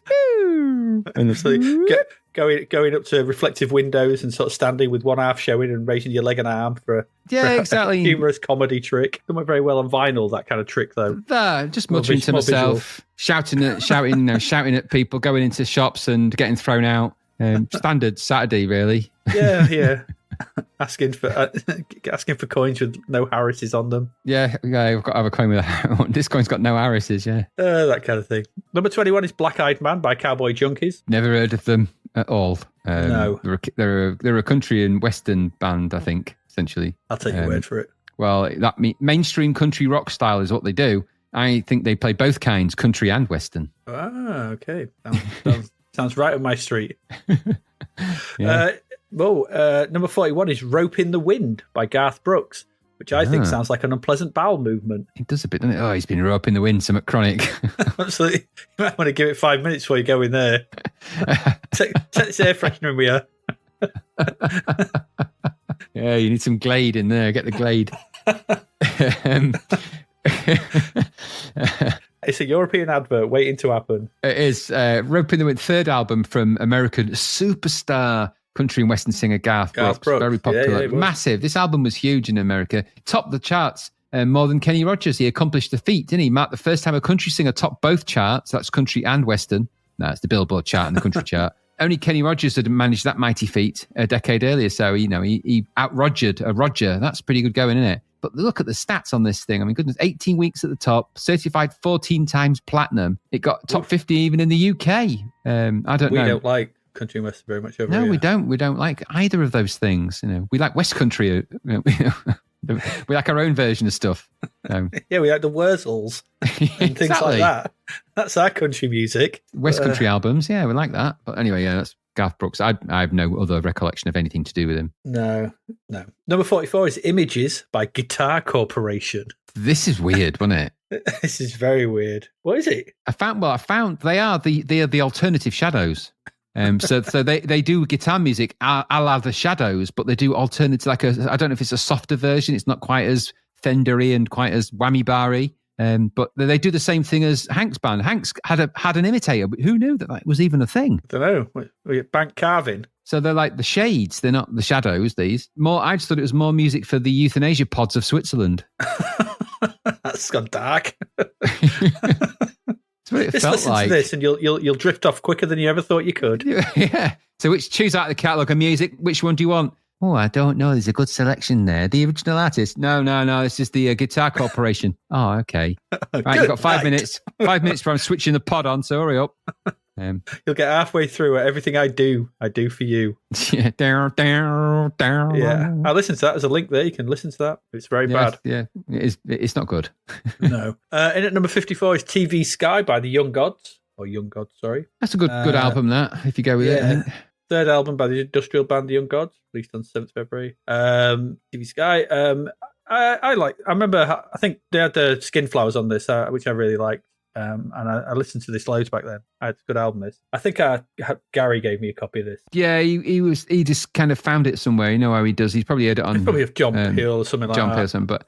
I think I had the CD single. Yeah, somebody definitely did, because I know I had recording of it on tape, and I must have got it if you or Gary. I definitely sort of picked it up somewhere. But I think I had I think my tape. I had this. I taped Pretty Hate Machine as well off him as well. Yeah, Swiss industrial good band from Fribourg, formed in 1985. Featured singer Franz Treichler, sample player Cesar. I like their lineup actually. They had a drummer, a sample player, and a singer. I dig in that. I love that. Yeah, wasn't far off our setup we think about it. We weren't young gods as such, but we kind of had that kind of vibe, didn't we? But we were limited in instruments really, and we did a little bit of the Amiga heavy lifting for us when we did it. But I don't know. This is an odd album for me.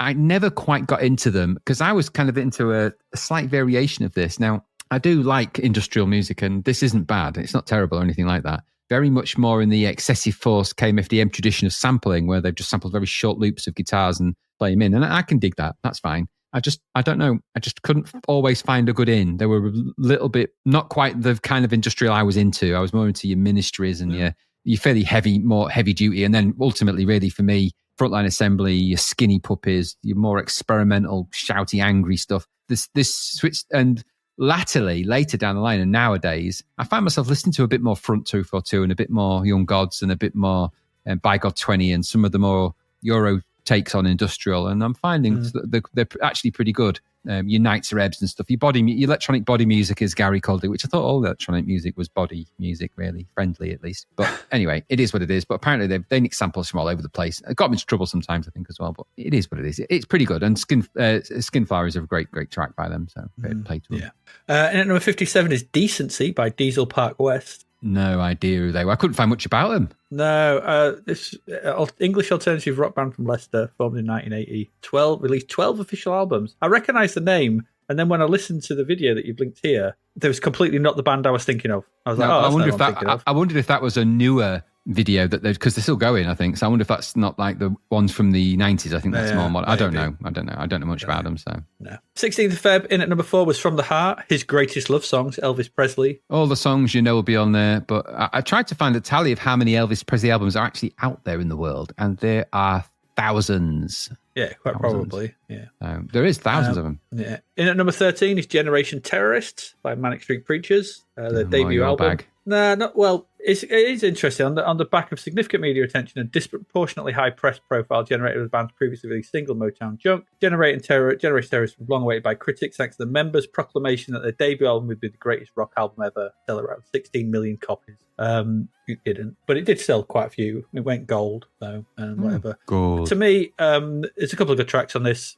Listening back to it though, it just sounds like a rock album, standard rock album, rock guitars, rock riffs, rock. It's just rock, with a bit of the some spiky lyrics every now and again. They get much better with the second album, Gold Against the Soul, where they actually found their own sound a bit better, a bit more interesting. I never particularly liked Generation Terrorists ever. No, I don't dig it. There's maybe one or two Manics tracks I do like, and they're probably the ones that everybody likes.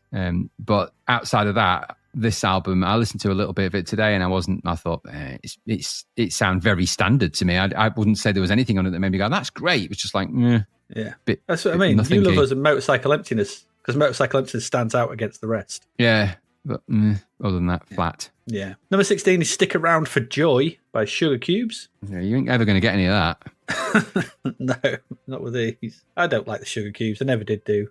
We've said many times before that we don't. No, I don't like him. Pinch-faced, angry little crazy that she is. I don't like the band. I never liked him. Never liked anything to do with it. I know Gary said it was his favourite album ever. He says that about every album, by the way. When he remembers that he's got it, he suddenly becomes the best album he's ever had or the best song he ever heard. Does it for everything. So that's just, remember, it's just in that moment of that time. It's not, it's not a reflection of the longer term view. But I've never liked him, and I've never pretended to like him either. I've never dug them. I remember there being a lot of furore around there. It wasn't supposed to happen. And when that came out, and they were on all the sort of charty shows that were on TV at the time, the underground emo ones, they weren't very mainstream. And look how edgy they are. And I'm like, edgy, are they really? No, give me Ya Ding Dong from Iceland if you're going to give me anything from there. No, I much prefer that from that movie about the Eurovision. I like Ya Ding. Play Ya Ding Dong. Play that instead. Yeah, there you go. In at number 33 is the BBC Radio 1 live in concert. New Order. Yeah, guess what that is? Is it a live New Order concert? It is, yeah. So they did a habit of doing stuff like that, the BBC, getting involved with stuff, going and getting themselves involved in stuff. Stop involving yourself, BBC. They can do it on their own. They don't need you. Probably good, that. I don't know. It's an edited recording of the band's headline performance at Glastonbury. There you go. Glastonbury CND Festival 87. That's weird, isn't it? Maybe that's what it was called back then, I guess. Yeah, maybe. Anyway, New Order. Probably all the hits you like. It took a while to come out, though. If they recorded that in 87, that's strange. BBC take their time. This isn't just any old album. This is Marks and Spencer's album. Yeah, it's released in cassette. Maybe that's why. So. It had to master it down. Yeah. 23rd of Feb, finally. In at number 2 is 7 by James. Yeah, Gary mentioned this, didn't he? You want to read the last part out of this, Graham? I'll let you pick the... Yes, actually, I will. Sentence. So, there's the fourth. I'll read the little beginning bit. So, set the scene. 7 is the fourth studio album from English rock band James. It was released on the 17th of February. Blah, blah, blah, blah, blah. After a lack of progress, Fontana halted the sessions. Blah, blah, blah, blah, blah. Olympic Studios with Martin Youth Glover. Blah, blah, blah. Half of the songs were produced by Youth. Blah, blah, blah. And then it says, it's been described as a stadium rock album. 7 drew comparisons to the like of Simple Minds and U2, which is what you said last week and what Gary blatantly denied. Yeah, absolutely. Take that, brown sauce. We knew it was true. Yeah, exactly. Yeah. You don't know. You know nothing, brown sauce. Nothing. So... If you can't hear Simple Minds in this, then you're just tone deaf. Oh, it was unbelievable. Everyone heard it, including the people who reviewed it, clearly. Yeah. So it sounds extremely like them. It would do. It's produced by people that probably they're all much of a muchness at this point, aren't they? They're all shaking hands in the same rooms and drinking from the same teapot. So they're bound to be making similar things. Oh, no, not teapot sharing. Good Lord, man. You've crossed the Rubicon. That's where it begins and ends. In at number 3 is Hormonally Yours by Shakespeare's Sister. I didn't know they'd done one album, let alone the second. Yeah, this was the second studio album. I remember this coming out. Like I said, I had this album. I listened to it through once, and then I just listened to Stay. Yeah, which is what most people would have done. Yeah, because the rest of the album's not particularly memorable, really. No, it wouldn't be. I mean, Stay is a good track, but it's not. The other tracks are going to be not going to stay in your mind. They're very much in the shadow of it.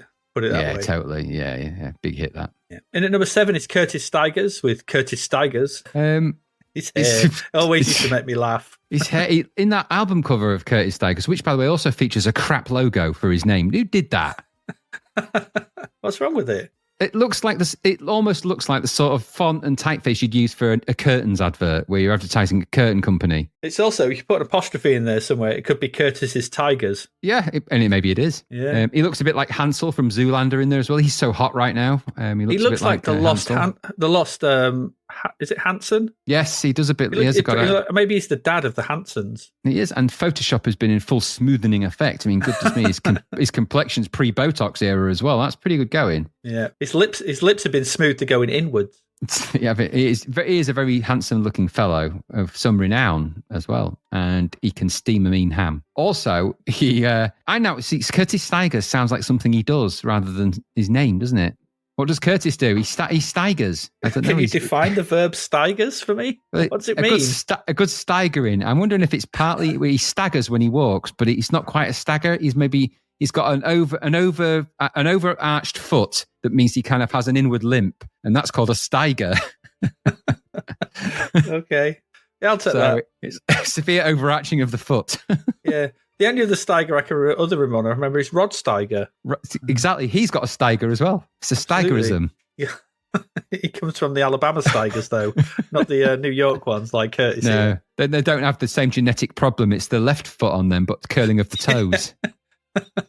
It's got an E in the name as well. A severe Steigering of the inner thigh. Oh, he's got a Steiger on that. Oh, it's painful. Absolutely. He's going to need a bit of sandpaper to get that off.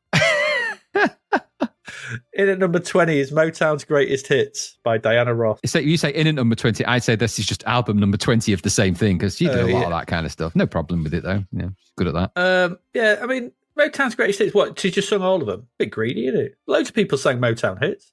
I think she probably did do a lot of them, a lion's share. Yeah, she did, but Motown was massive. Anyway, like Jungle. Motown is massive. Booyaka, booyaka. Motown is massive. That would have been great. Someone make that happen. AI, you're out there, I know, listening. Do that for us. Go on, do us a favour. Do us a solid. Do it. There's nothing to say about Motown's Greatest Hits by Diana Ross, really. Number 23 is Little Village by Little Village. Yeah, and nothing to say about it. They were a supergroup comprising Ry Cooder, John Hyatt, Nick Lowen, Jim Keltner. You remember them? Yes, I don't.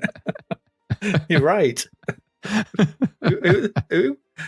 Anyway, apparently they all sang songs and did an album called Little Village because they were called Little Village. It's MOR. When I listened to it, I was like, oh, it's so middle of the road. It's the worst place to drive. I've been watching They Live a lot recently, I think. They're just drinking mojitos or whatever it's on Maui Beach. Yeah, not good. Yeah. The Debts of Society paid in full. Paid in full for this album.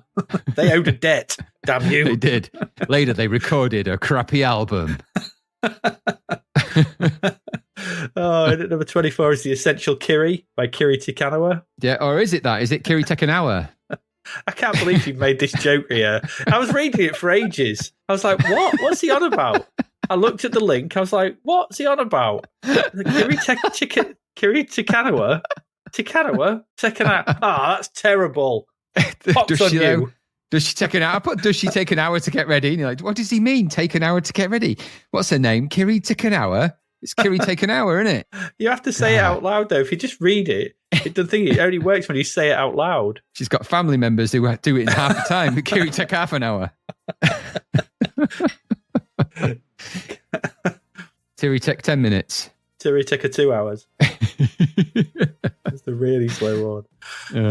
In at number 26 is Mind Adventures by Desiree. Yeah, no. Mind Adventures sounds like a Fish album. It does, actually. It probably is. Maybe he did a duet with a Desiree Fish.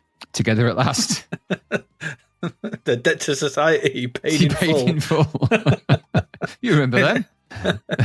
Oh, no. Anyway, in at number 36 is Ferment by the Catherine Wheel. Floaty. Yeah, very much so. More floatiness. Floaty.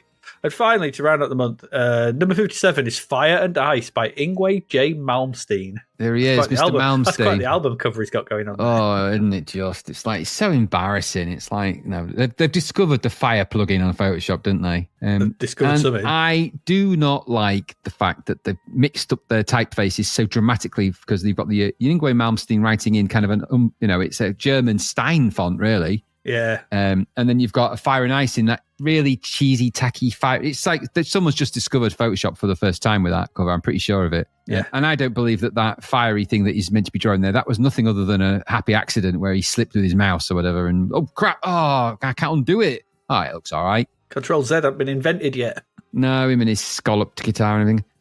It's now I listened to a track off it called Perpetual, and it sounded weirdly like the backing track for a Devil May Cry game or Bayonetta level, like a boss battle. It really did. I could hear that when you said that. I was like, yes, I could very much. But then those kind of Japanese character action games have those soundtracks. They do have a mad guitarist, don't they? Who probably have been listening to Malmsteen for weeks before they took to anything. So he is very talented player. It's so noodly. Stop noodling. It's what he does. Yeah, he's the he's an arpeggiator, isn't he? He arpeggiates everything. He can't help it. He's an arpeggiator. His stairs. He has to go up his stairs like really fast. He talks in arpeggios. He just talks in arpeggios. Just gets the point. What do you want for breakfast, Ingwe? Bread. Look, just egg or toast. Just give us a clue, mate. Which is it going to be? You bloody arpeggiator. Stop arpeggiating, you fool. Yeah, he's got massive arpeggiation of the mind. Yeah, which is the title of his next album, I think. Massive arpeggiation of the mind. Yeah. It'd have terrible font again. Then what it'd be. There you go. That's it. That's the albums. We managed to make that last 40 minutes somehow. Thank God. Let's go. Let's leave them now and head back to the games, because I'm sure there's great games awaiting after this break. We'll see you after it.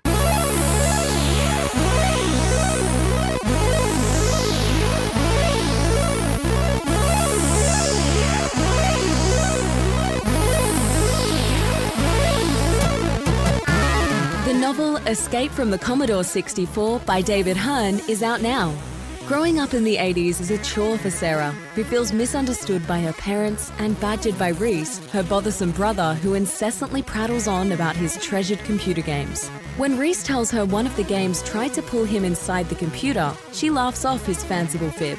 She waggles the joystick to disprove his fairy tale and is pulled into the computer.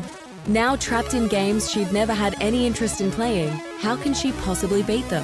With the help of feisty Nell, another trapped player, can Sarah find her way back home, or is it game over? An evil madman, a hostile planet, bloodthirsty robots, a never-ending throng of karate experts, and relentless digital soldiers will do their best to ensure Sarah never escapes. Available from Amazon and all good online retailers, find out if there's a way out of the beige bread bin of betrayal for Sarah in Escape from the Commodore 64.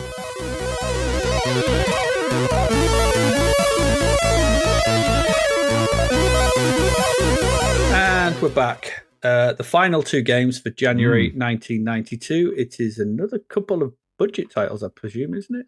Yeah, I think, another couple of budget titles. Budget all the way. I think this is going to be the theme of the year, isn't it? Budget. Yeah. With the odd full price one dotted amongst them. But anyway, this is Phileas Fogg's Balloon Battles. Sure is. And like I said, another budget title appears. And once again, This is from those stalwarts of the late C64 era, Zeppelin games. This one he got 40% though. Oh dear. Not good, that is it? Maybe it's a bit harsh though. Or maybe it's spot on. This was developed by Reflective Designs. We saw them with the Santa game last week. It was designed by Gareth Briggs. He worked on Round the Bend previously, that's all it says. I think they all did. Graphics and title screen by Jonathan Smith. That's Smith with a Y, so that's from the posh Smith. He worked on CJ's Elephant Antics, Spikey in Transylvania, some others we've not seen yet, but they're quite good. We like those. It's got music by Matt Wilson again, who I sang the praise of last week. So anyway, cool. Sounds like a good little team there. What's all this Phileas Fogg nonsense then? And why is he in some balloon battles? I couldn't find the C64 thing.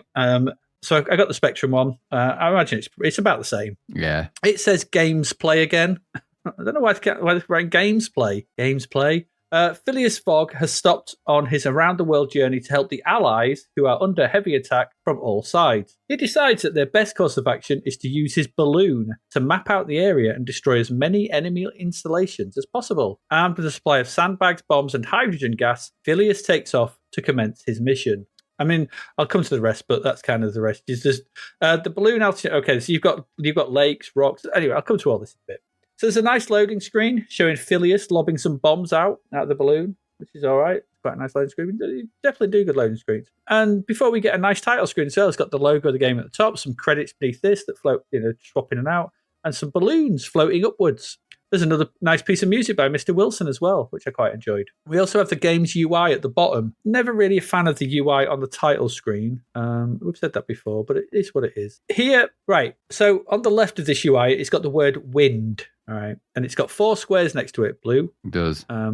It's got your score, the number of huts remaining to destroy, the number of bombs you got left to throw, the number of sandbags you can throw out remaining, and the number of lives, your health, and the amount of hydrogen you have left in blue. Okay. None of that means anything at the moment. It's just some stuff on a UI that's on the title screen. That's why I don't quite like it. It's out of context. You don't know what anything means. But once you've got all that, okay, you can press fire start. It is what it is. There's nothing else. You just get going. And you get a mission brief in here. So it pops up and it tells you how many huts you need to destroy for this level before you can move on to the next one. And then you're into the game. The game window takes up most of the screen above the UI. It does have a character width border around it, but there's a lot of room to play in. There's a lot of screen there to actually play around with. So that's not too bad. And at first, you're like, oh, this is all right. It's some nicely shaded landscape beneath you, a bit brown and blue, and some greens, but it's okay. Some hills, some rivers, and there's some sort of, I think they're cannons or something. They're instantly be firing at you and what have you. There's action. It starts off straight away. There's stuff shooting at you. What you'll also notice, weirdly, in the 4 corners of the screen are 4 cherubs. And they're just kind of just there at the moment, not doing anything, just there, lurking.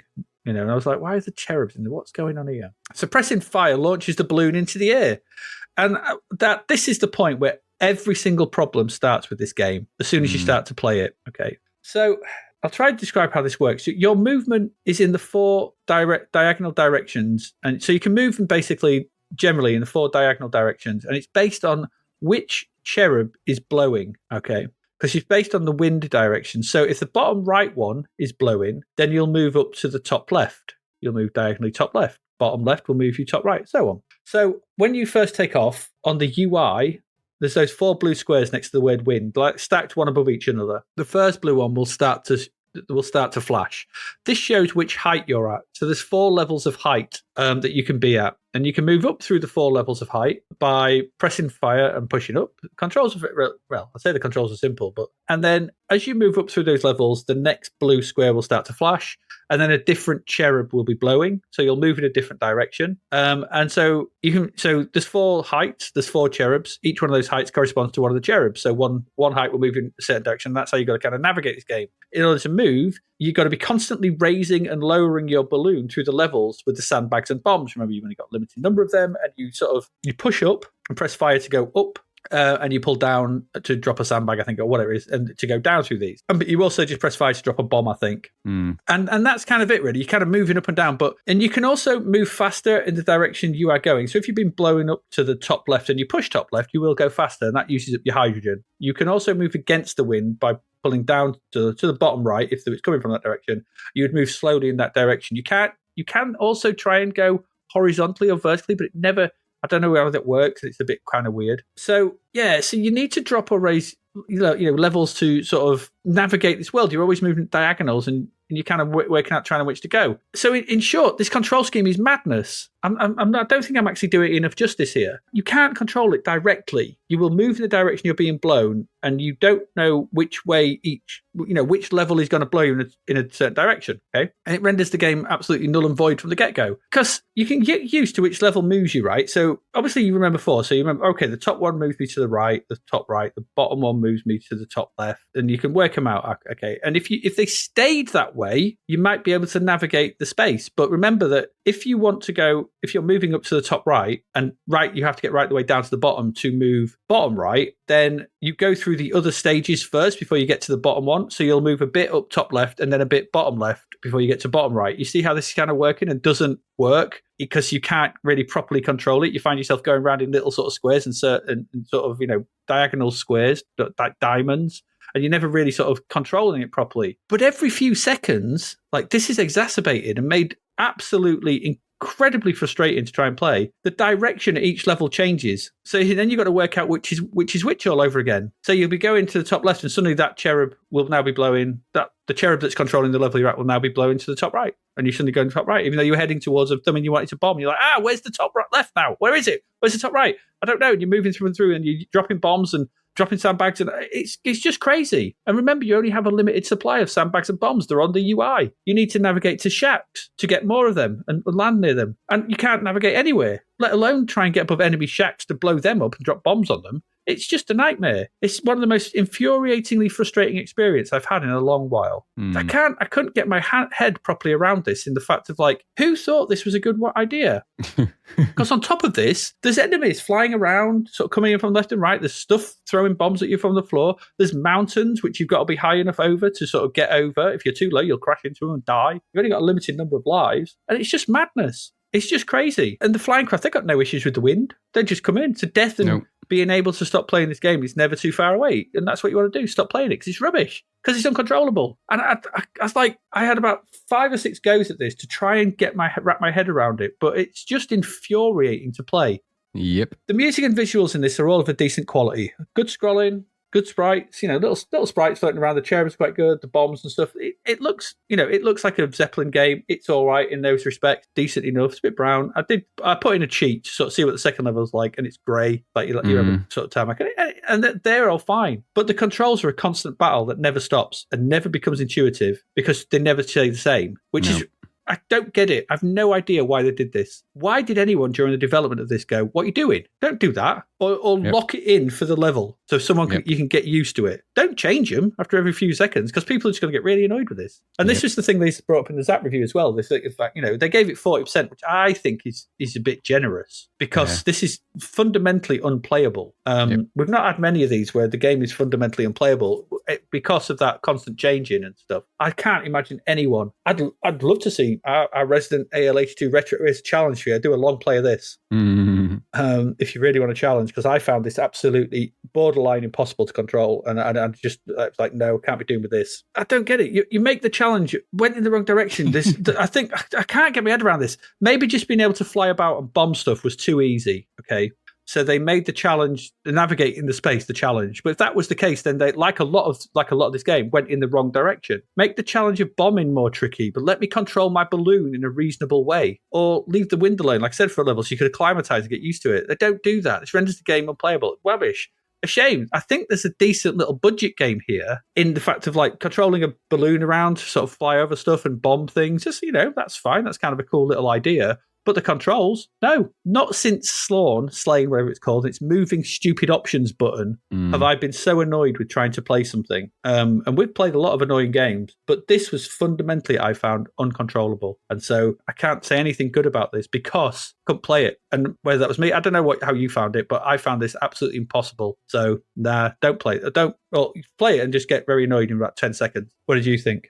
Same. It's just unplayable because it's uncontrollable. There's no fun in that. I said last time when we were playing Sky High Stuntman, nobody's ever said the words balloon game and thought it was great. No, it's not going to come out of it very well no matter what. And I know you said there's a good game in here somewhere. I don't believe there is. There may be a good game about flying around and bombing stuff if it was made. You could make this fun if you move faster and stuff, but... Well, just don't make it a balloon. True. It doesn't have to be a balloon. Just make it an airplane if you're going to do that. That would have been... And just have it rotational control. Simple. Just do that. Even if it was a biplane, or in modern parlance, maybe drone. Exactly. But this has got nothing to do with Phileas Fogg at all, other than the fact that it's got the name on it. I don't believe that Phileas Fogg enters any balloon battles, and nor is it a balloon battle because you're not battling other balloons. So you're just dropping bombs. Why has he got a balloon load of bombs anyway? And how are they balanced out with the sandbags? And it's just stupid. Somebody had an idea about the controls for this, and nobody stopped them. Nobody stopped them to go, hang on a minute, this is uncontrollable, and as a result, crap. Graphically, it's quite nice in its own way. And I think if it had been anything other than a balloon floating around in an uncontrollable space, might have been all right. But it isn't. That's what it is.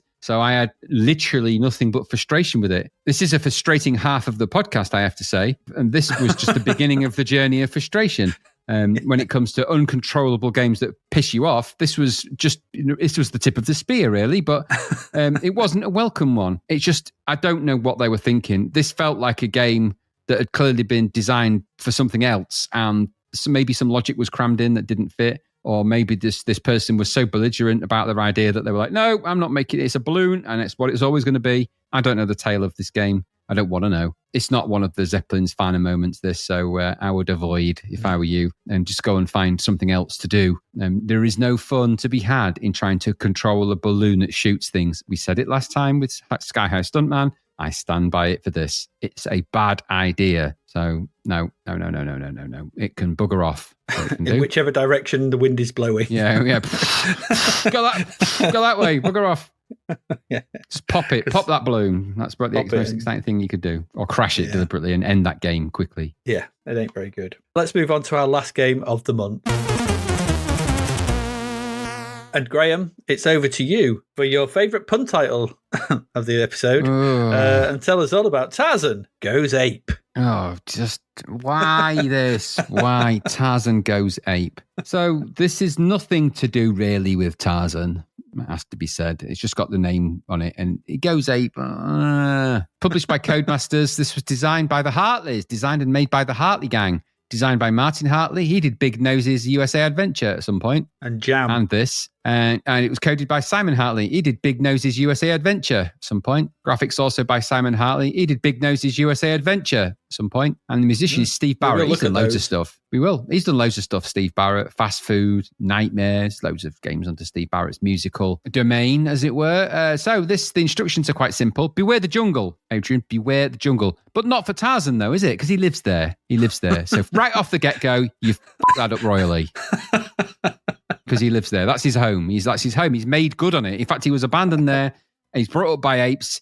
That's his home. He lives there. He's made good on that. So don't beware the jungle. Beware the jungle. Fundamentally, because it's massive. It's massive, Graham. But fundamentally, right at the core of this game's problems are the fact that Tarzan is a capable person in the jungle. I'll just park that for a moment. Mm-hmm. He's capable. So, according to the blurb, Tarzan made a witch doctor angry by saving his pet monkey from a nasty-looking stew. Okay. I'll talk a little bit about the cultural inappropriation and things and all that horror. In a fit of rage, the witch doctor cast a spell which turned Tarzan into a monkey. It wouldn't bother Tarzan, though, would it? Because he lived with them. It's okay. He don't mind. He's kind of half monkey anyway. It doesn't bother him that much. That's weird, isn't it? This is the second game this month we've had about a man being turned into a monkey. We had Toki as well. Well, I think that somebody got wind of that, Toki, a little bit here. I have to be said, I did think that when I was playing it. I thought, man monkeys, we've seen this before. Yeah, we have. We did half an episode of a podcast with the one last week. An old wives' tale says collect herbs. An old wives' tale says collect herbs, diamond, not diamonds, just one diamond, singular. Just one. Hate that. Is it Dickies? Mask, not masks, just mask. Hate that. It should be a mask and a diamond, shouldn't it? Just ring, bones, ring, and a cauldron. So it's okay to put a cauldron, but not for the rest of it. In a simple recipe to gain a cure. Okay. Not so easy when the local wildlife don't take kindly to this new monkey-faced intruder. They'll love him because he's one of the family. Tarzan was one of the boys. He's a monkey man. He loved it. He's a monkey man, man monkey. He was in with them. They all flick poo at each other on a regular basis. They loved it. Anyway, so they don't like the intruder. Tarzan needs all his strength to fend off the unwanted attacks and collect the right ingredients. It's incredibly addictive. I'm not sure what they're talking about there. Possibly the substance you'd need to take in gargantuan amounts for this. Oh, this game. Right, that's the blurb. That's all you're getting from the blurb, really. We don't need any more. No, a spectrum-looking, though detailed, loading screen appeared when it first loaded up. Yeah. With a carnival of animals, all looking quite miffed and all relatively badly drawn in as you get towards the centre, I felt. So the alligator or the crocodiles, whatever that is okay. Then you get the kind of quirky comic giraffes. The tiger, a lion rather, looks very angry and quite scary compared to the sort of the silliness of the others. It's a weird balance. And then you've got a yellow Tarzan who this point looks like a very smiley Dracula person swinging on the snakes, holding onto a snake. So he's grasped a snake and he's swinging it. It's not the first time Tarzan's done that in the jungle, especially when Jane was around, I'll wager. And there's lots of animals going, ooh and ah. It's a very Spectrum-esque title loading screen. It is what it is. Yeah. But it also, by the way, looks nothing like the game. He look now like him. But all right, there we go. Like him. Nothing like it. So that's what welcomes you anyway. Then after that, you get to a more kind of standard C64 title screen, I would say. A decent looking logo at the top. I quite liked it for what it was. It was all right. The logo, just the logo. Yeah. Everything else, though, was presented in a way that only the C64 can, really, with all caps in a borderline unreadable typeface with coloured raster bars in the background. The classic. The classic. The old raster bar colours and the old scrolling rasters. You got to love that. Nothing doesn't shout jungle at you, but what the hey, what does it matter? Some of the colours had orange and green in it, all right? Well, what do you want? Yeah, exactly. Anyway, lovely, that, innit? Lovely. Mm-hmm. It's got joystick and keyboard options. Seriously, would anyone not have a joystick at this point? Who would they cater for with that? It's because it's from the Spectrum. Because it's from a Spectrum, isn't it? Yep. And there's even an option to define them. Okay. If you really want to just define the keys for a goof. You can then choose to have the game music on or off. I'd recommend on because off is total silence, which is bleak for a jungle game. and odd. Yeah. An odd feeling when you're in the jungle and it's completely silent. Nobody wants that. So no. I'm not an expert, Adrian. I've never been to an actual jungle, but I imagine they're not wholly silent. Or if they do go silent, something's around that you don't want to be near. Yeah, possibly fire or gas, like a dangerous I was just thinking a dangerous animal of some description. Like maybe they wouldn't go silent, would it? There'd be the scuttling feet and the running and the screams and no, it's not a quiet place. Noisy, very noisy in the jungle. If that TV show where they go to the jungle and don't like it, whatever it's called, I'm a celebrity, get me out of here, whatever it is. If that's taught me anything, it's that all they eat is testicles and the jungle's full of crazy things and it's not nice. Absolutely. I believe that documentary. Why would I not? So then there's the game music in there. The music itself that runs isn't bad. It's a weird melancholy tune though for a game of this type and sounds nothing like a game that would be based in the jungle. It's thematically so off the mark. I don't know what it's for. Possibly for a silent welcoming committee. I'm not sure what that's for. Tarzan. Walter, have you seen Tarzan? He's gone ape. He's gone ape shit. He's gone ape. That's what it implies, isn't it? He's gone ape, but he's gone monkeying. But he's part monkey, remember? It doesn't matter to him. Pressing fire starts the game, and that's when you go, I admitted this. I emitted a sound I don't often emit, I have to say, which was kind of a grunty, horrified sound of I'm like, what the devil is this thing? The game window split into two, with the bottom UI in kind of a fudgy medium res combination of icons for objects, blurry numbers for remaining lives, numbers for score, and jungle details in greens, yellows, and blues. It's not horrible. It's just, I suppose it's thematically on point in that it's jungly, but it looks like Mr. Soft drew the pixels. Dare I say, even an old school Gremlin graphics vibe is afoot here a little bit. Yeah. That fudgy block, that fudgy medium res fudginess, that fudgy block. Blocky fudge block. It's a chock-a-block, man. It's chock-a-block. It's Rocky Robin, isn't it? It's chock-a-block. Above this is your game window, which is notably smaller than full screen, and so plays in a kind of small, weird rectangle for no reason whatsoever. There's no reason to do that on the C64. It's capable of doing what this is doing. And so you control Tarzan, or the ape version of Tarzan. It's not quite sure what he is at this point, really. Is he an ape? Is he a man? I don't know. I got more Tarzan than ape at this point, I have to say, but okay, it is what it is. So he didn't look very ape-like, but more like a caveman, really, I suppose. There's some hidden notions of cultural insensitivity here, though, as well, really. I know it's a Tarzan game, which does leave an underlying poor taste feeling to things generally, really, anyway, because Tarzan, it's a bit tribalistic, isn't it? All of that kind of tribal stereotypes and all that. Mm-hmm. It's not as obvious as a bone through the nose and some of the other horrible tribe things we've seen here, but there are dustings of that stereotyping, which is probably more attached to the character of Tarzan than the game per se, but it's there, it's a loincloth wearing ape man. I mean, it's in the jungle. It's not, don't take Einstein to read between some of the lines with this. So I think it's skirting a fine line a little bit when you've got those kind of jungle characters climbing tree vines and wearing animal prints and things like that. And it's just a hint, I know, but visual shorthand is visual shorthand, isn't it? Sorry, but it is. Anyway, all right, put that to one side. Anyway, the aim of things seems to be to head upwards in this game. Upwards. So you must control your pudgy Tarzan sprite by moving and jumping up the platforms and ropes, collecting things, and all while avoiding or shooting the enemies with what look like a cabbage that lurk and wait above you on platforms and such. Snakes, alligators, and things. And probably a whole bunch of things you'll never get to see because you'll be spending more time falling down than you will going up. Mm-hmm. But that's what awaits you in this exciting adventure. The background graphics have the same fudgy details as everything else. Green, yellow, blue, and brown. Medium res give it that fudgy jungle feeling. Mix of characters and sprites as well leaves things looking like they've got poor Tarzan character, the Tarzan the Ape Man, has been under some kind of sun lamp too long and has some kind of glow around him. And he's throwing cabbages, which have blocks around them as well from the obvious character outlines. Not nice, that, but it is what it is. Mm-hmm. The notion of moving up here is challenging, as both gravity, logic, and collision detection are off the chart bad. So, at least for the level I played, it's basically snakes and ladders, this, and as such, you'll get so far up and then you'll drop down again. And this is more often than not because you'll overshoot a platform by a pixel, or you'll miss altogether, or you'll just go through it for some reason because the collision's completely crazy. Do that, and down you will fall, in usually quite a way as well. So you never just fall directly down one thing. You'll always fall at least 3 things down. Doing this repeatedly is very frustrating, of course, so expect to get royally off with it, and very quickly, because I did. Then you have the enemies that are often patrolling the platforms in the standard way that they do, but while they're not overly difficult to shoot on the whole. If you fall down far enough, they always respawn exactly where they were, which is a hateful practice in games like this. So you're constantly really just going over the same thing over and over and over and over again. Mm-hmm. You don't seem to be able to jump off the vines and ropes, which in a Tarzan game is stupid because that's the one thing he was really good at. Just climbing ropes and jumping off them. That's his thing. That's Tarzan's thing. That was his thing, wasn't it? It certainly was, yes. He could make a really good jungle stew. He could slap an ape and he could climb ropes. And he could do that cry. Exactly. He could do the cry. He could woo Jane. He could woo Jane with his jungle balls, whatever he did.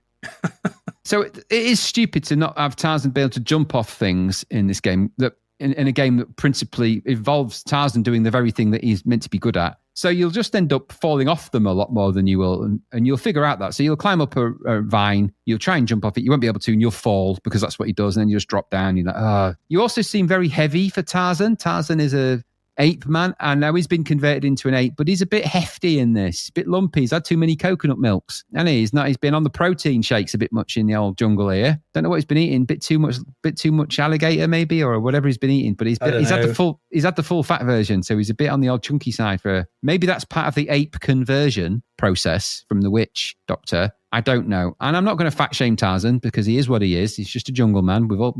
I can't speak for the trauma of his life. He lived with apes. They're not known for their great cooking ability as far as I'm aware, although the ones I've seen actually look pretty like they have a good time doing it. I don't know. Maybe I'm just off the chart wrong about many, many things. So anyway, he is a bit heavy and he's not very sure-footed, is he? You can't climb or jump vines and you can't really jump on things because he often overshoots them or just falls through the platform. Maybe that's his heft or maybe it's just bad game development. I don't know. But in a game that sort of misses its initial purpose, it quickly becomes frustrating. This is a falling off things simulator more than a Tarzan in the Jungle game. All presented in that fudgy green and yellow and brown, and I don't know. The music that trundles along with it is okay. Doesn't fit the game at all, but it's passable, I suppose. You just, at least it's there. Turn that off, it's total silence, which is weird. And so you're left wondering why on earth Tarzan was even in this jungle game, really. And what's he got to do? Because it's hopeless Tarzan in the crappy jungle. Even if he was an ape, he'd still be good at doing stuff that apes can do in the jungle, but he ain't in this, ain't at all. I know he's got to collect things, and collecting things, what does it matter? You've got to collect a bunch of stuff, so what? It's for them to make this recipe, but you're never going to do that. You're never going to get there, because I can guarantee you will never, with the short amount of lives you've got,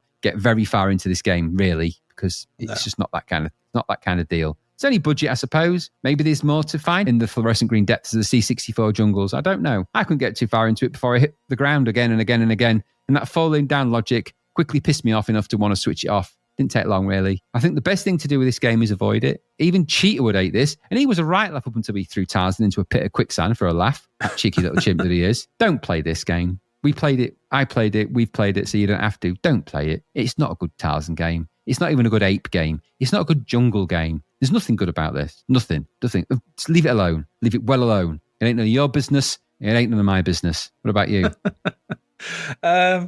Yeah, what rubbish. It felt like a weird precursor to Doodle Jump. Remember Doodle Jump? Yeah. Anyway, it's a strange vertical platform with some awful collision detection. Landing on the palm trees is a 50-50 gamble as to whether it will work or not every time. Will it work? Will it not? Who knows? Yep. If you like that kind of gambling odds, then this might be for you. Weird chunky visuals where it was all yellow. So yellow. There's some decent music though, but it don't fit the game. And I think if you possibly stuck with this, you might get some enjoyment if you're an idiot. But the controls and overall feel of this just didn't work for me. It's too simple, too annoying, and the collision detection is way too frustrating. The falling down from platforms yet again and having the same sodding snakes appear time and time again. Yep. Just did me in. I was like, what is this? I didn't like this at all. It doesn't feel like a Tarzan game. No. Nothing about this feels Tarzan. No. Because he'd be good at this stuff, right? Yeah, absolutely. He'd climb vines, even if he was an ape. And apes are better than Tarzan at that kind of shit. Have you seen apes moving through the jungle? They taught him everything he knows. It wouldn't bother him. If he was turned half ape, he'd be like, it's okay. I'm cool with it. As long as the right parts are big enough. The Schwanstucker could be made ape-like, and that's happy. He'd be happy with that. It may be. At least the other Tarzan game had that decent Hubbard soundtrack that made it feel like a Tarzan game. Yeah, the Martek one. We're going back a few episodes there. My goodness. Yeah, but this is none of that. Yellow. It's a jungle. Why is it all yellow? The silent yellow jungles of God knows where. Oh, God knows. Yeah, I can only reiterate what you've said. It's not a very, very good game at all. It's quite a bad one. What score did this get? Do you see what score this got? Yeah, 70 was it? 79%. No way. I don't even understand. I don't understand that. I mean, we talk about score inflation in these latter episodes. Like, oh, look, it's still good. It's still good. It's covered in grease. It's still good. No, this is terrible. It's rubbish. That's 6% less than the Bart Simpsons game. I mean, come on. I think that's more than that should have been They were smoking crack when they were reviewing this or something. Did they review the same game as us? Is this we got the right case? Yeah, I think so. Yeah, let me have a look. What did Swift get? Swift got 76. Madness. Well, how did Tarzan Goes Ape get better than Swift? How did that happen? Well, fairness to the Hartleys, they didn't understand a thing about Tarzan, but they certainly got a 79% there. That's not bad going. They knew their jams. Yeah, exactly. Someone described Tarzan to them and then, what is he? Ape? What? He'd be rubbish in the jungle. I don't get it. Yeah, we don't get it. We don't understand him. Who wrote it? Don't know. Yeah. Greystoke? God knows. Who knows that? Right, and by the way, did you notice in the game, the tops of the palm trees were some of the levels, weren't they? But there was no stalks. So there's just floating tree palm leaves. Yeah, Why it took me ages to realise I could jump on them. I was like, I don't get this other platform. I thought it was scenery at one point. Like, oh, it's not. It's a thing. It's an actual thing. Platform. Yeah. Yeah. Okay. Just go play Rainbow Islands if you want this kind of vertical scrolling. Yeah, absolutely. Platformer. Absolutely. Or even that Ed the Duck one was better than this. There's a lot that are better than this, aren't they? But in that sort of vertical scrolling, there's not many vertical scrolling platformers, is what I mean. No, there was another one that we played that was there's a lot of other games that are probably that are doing this kind of vibe better. So go and do that. Sure, I remember Ed the Duck and Rainbow Islands, obviously. I didn't look at the other versions, so I have no idea if they're any good, but probably not. I think there's only a Spectrum version, and I think that's crap too, probably. They're all crap.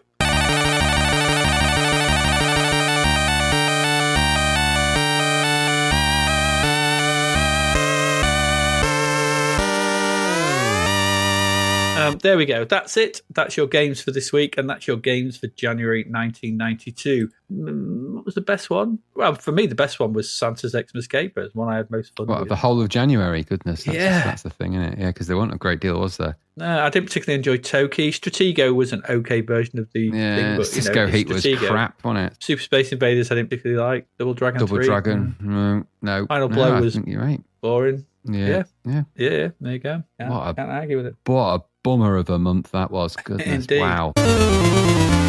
If you didn't like any of those, though, there were some budget re-reviews. Now, this is weird. International Speedway was re-reviewed at £3.99. But this was originally $1.99. It had been re-released at a higher budget price. Cheeky, that, isn't it? I can't say I agree with that. I mean, no, I don't. I mean, in the week that Game Pass has gone up to £23, which is stupid, and $30 in the US and ridiculous prices. And also Microsoft's consoles have gone up in the US as well to ridiculous prices. You know, I find it more egregious that a £2 game went up to £4, if I'm honest. But anyway, hard driving for £4. That's a hard sell, isn't it? Cool. You'd be a bit. Don't think you'd want that. £4 a frame. That's Pound a frame. Yeah, you don't want that. Robocop for £4. I bet they haven't fixed it. No, exactly. It won't be fixed. So you can never do it. So that's rubbish. Again, another rubbish one. Rick Dangerous for £4. That's all right. Okay. That's all right. That's not bad. That's got to give you a good little £4 worth of entertainment there. Yeah. But the pick is really Stunt Car Racer for £4. Yeah, that's brilliant for £4. Don't bother. Hard driving versus Stunt Car Racer. Let me think. Yeah. Like, Goodness Jesus. me. Yeah. Wow. Or Rick Dangerous versus Robocop. Yeah, that's not a competition, is it? No.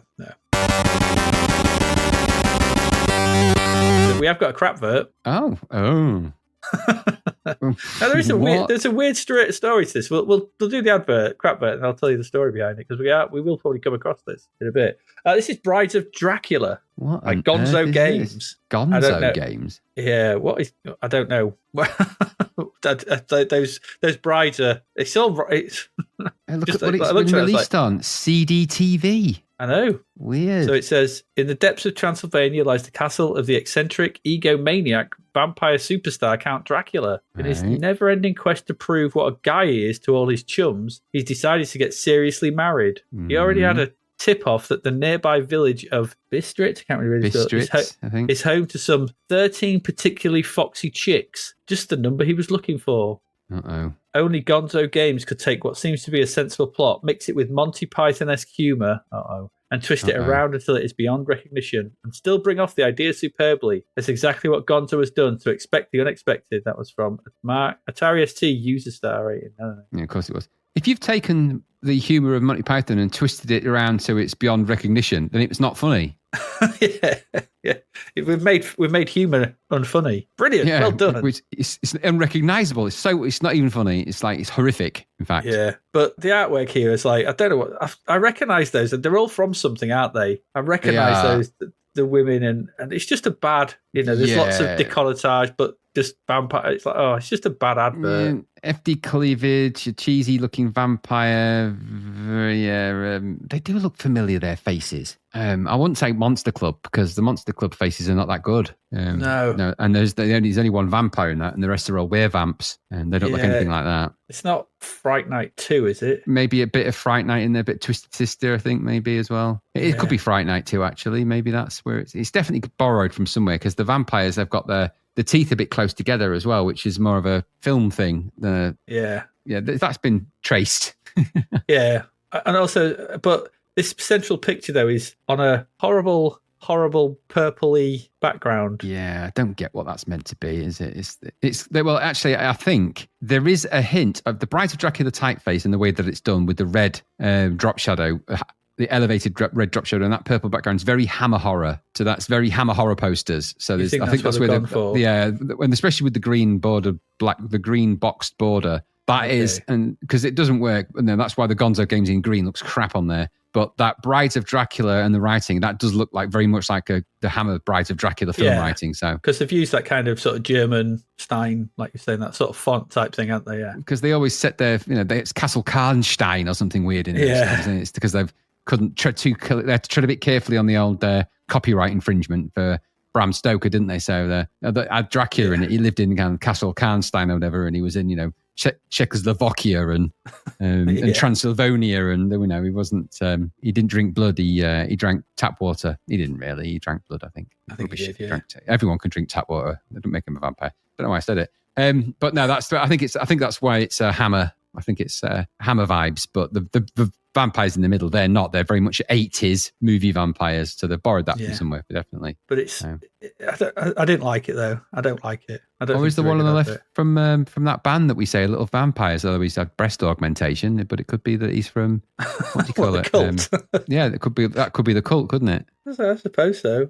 I recognise that. It's the hairstyle of the one on the right that I recognise, and the kind of. It looks like the hand that's on the woman's neck, though. It looks like there's 6 fingers on that. That's a bit weird. So, I'm not sure whose hand that is because there's a hand on the woman's head from somewhere. I think that's the woman. I think it's the other woman. Is the other woman's got a hand on her? Are they trying to push each other away? I don't know. I just didn't like the advert. I thought it was just a bad advert. It is really cheesy and bad, and and yes, there is some vampire boobs in there. Of course. Yeah.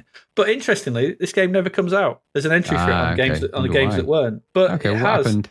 Well, it just never came out. It was a split screen, scrolling, I don't know, something or other, kind of like Spy versus Spy, they were saying, something like that. But the weird thing was, the guy says here, when asked about the game's existence, Alan Botright, who was part of it, was 98% finished, with some more contracting to do with Alan, possibly have a chance to find the game. We may see the game come out. A competition was run in Zap 64, and this is actually a cover. There's a Zap. It's a Zap cover for a Zap issue 83. Oh wow! Okay, for this, so which will be interesting. So that's on there. So a competition was run in Zap 64, and the following people were promised a copy of the game with a leather jacket with the game's artwork. So Mr. M. Yeoman wins game plus leather jacket. Runners up are Mr. A. Fraser, Mr. E. Frawley, Chris Pierce, Steve Bromfield, and David Madden, but none of them probably got a copy of the game because it was never finished. So, interesting. Weird, yeah. So we'll actually sort of see the competition for this in a few issues' time, I guess, but we'll never actually see the game because nobody's got a copy of it. Even games that weren't can't find it. So that advert was for an advert for a game that never came out. I don't know if it came out on other systems, whether it came out on, what was it? Amiga 3D, CD-TV, Darius T, C64. So maybe it did come out on CD-TV or the Amiga, but I don't know. Never made it to ours, though. Horrific zombies, rotting corpses, outrageous animation, multi-layer parallax, scantily clad laser-firing statues. Do you see some of the comments that have been written on the some of the responses for the Rise of Dracula under the comment section on games that weren't quite interesting? No, why? What they said? It looks like there's one from an angry ex. It says, I was dating Paul Smith for 3 or 4 years, whilst he was also dating a nice lady in St. Ives during this development period and that of Werewolves. I funded programmers out of my benefit money whilst they pretty much lived and worked in our Crouch End home before relocating to St. Ives. Steve Howard was enormously talented. Unfortunately, Paul scammed us all.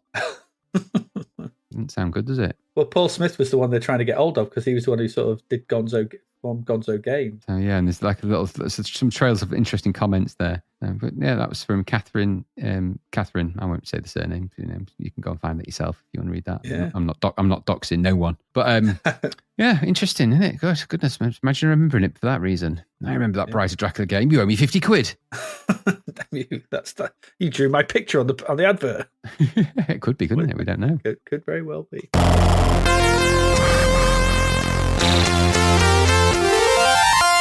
Anyway, there you go. Now, normally at this point we do the charts, but as I said the other week, there are no charts anymore. No, we don't have AVG any. has shifted to probably 16-bit only, and so I couldn't find any charts for a C64 for 1992. So there's no. Probably a good thing, really, actually. Yeah, we can make them up, but it don't really matter. There you go. No. So that's it. That is it for January 1992. You can support us still going forward. We are not stopping. We are going on. We have a Patreon, patreon.com/Zapped to the Past. Come and join, sign up, have some fun, join in the conversations. There's lots of stuff going on there. Get access to get access to the Discord. That's where you can have those conversations.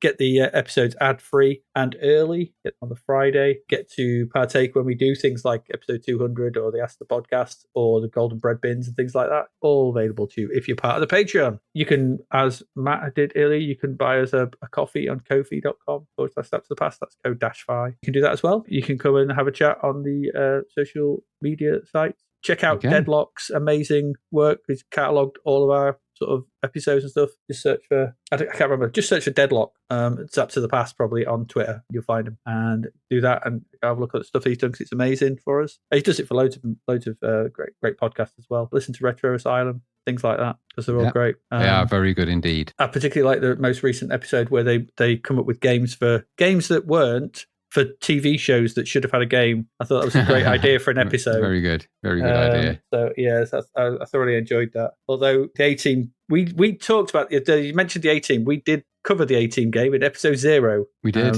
but it had nothing to do with the A-Team. So no, it had the name. It had Star Wars music. It did, yeah, and you had shooting giant heads, as I recall. Yeah, it was, yeah. So, but it was a good episode. I thoroughly enjoyed that. I think that's about it. What we got coming up next month? You can go actually. If you go, I've updated the website. So if you want to go see what we've got coming up for the rest of this year, they're all on the website. You can take a secret look. Go and have a spy. Go look at zappedtothepast.com and go to podcast 1992 and you can see everything. We reveal it all. So anyway, what we got coming up in no particular order. I'm just going to read these things. It's a 3-episode month. We've got Winter Camp. Double Dare. Okay. Whatever that is. Johnny Quest. Right. Good sakes. Creatures 2, Torture Trouble. Okay. Bubble Dizzy. Yeah, another Dizzy game. Okay. Yeah, First Samurai. Okay, meant to be quite good. Neverending Story 2, the arcade game. Oh, God. Okay. Yeah, the Blues Brothers. Super Seymour. Something called Tilt. Did I say Neighbours? Neighbours? Got a Neighbours game as well. Did I say Rolling Ronnie? Anyway, that's it. 12 games, 3 episodes. Okay. So that's coming up for the next 3. That covers us for February. Once we get past those, it's 2 episodes a month from then on in. That's it. It's shortening. And then we're on to, we have planned out to episode 223. So that was 202, which means we've got 21 episodes left. Okay. Of that to pass, plus the bread bins and stuff. So 23, say. But, yep. Yeah, there it is. So there you go. You got anything you want to add, Graham? No, it's been a crap January. Most of those games have been rubbish. I'm still angrier that I had to play a stupid Tarzan game to top all that off. So it's not pleased me. No one likes falling through the jungle as Tarzan Ape. I didn't. But on top of all the other crapola games that we've had to play, and Cisco Heat and all the others, it's just January 1990 poo is what it was. It has been. Apart from Santa, I like Santa. That's probably just because of the music. Anyway, there you go. So as ever, I have been Adrian Mills, and I have been Graham Ape Man Raddings, and you've been listening to. And we'll see you again next week. Goodbye. Thank you for listening to the Zapped to the Past podcast. We hope you enjoyed our deep dive into the world of Commodore 64 games, as well as the music, films and TV from around the 1980s, driven, of course, by the issue of Zap 64 magazine published at that time. We will return with a whole new batch of games and stuff to talk about next week. Until then, if you want to listen to or download previous episodes of Zapped to the Past, and why wouldn't you, they can all be found on our website at zappedtothepast.com, as well as being available on Podbean, Apple Podcasts, Google Podcasts, Spotify, Deezer, Audible, Player FM, and, well, pretty much anywhere where we can upload them. By the way, we do always love to hear from our amazing listeners, so if you'd like to contact us about anything in the podcast or beyond, you can do so by emailing us at zappedtothepast@gmail.com. We're also active on Twitter under @ZapTother, as well as Facebook, Instagram, and most social media platforms. Just search for Zapped to the Past and you'll find us. Oh, and if you like the podcast and what we're doing, please do like, share, review, rate us. It really helps. Something, apparently. The Zapped to the Past podcast is written and produced by Adrian Mills and Graham Raddings, and recorded at Flaky Bits 2.0 Studio. All opinions expressed are those of the writers, and while we indeed love Zap 64 magazine, the Zapped to the Past podcast is not affiliated with it in any way. Stay safe, see you next time, and remember, we play these games so you don't have to.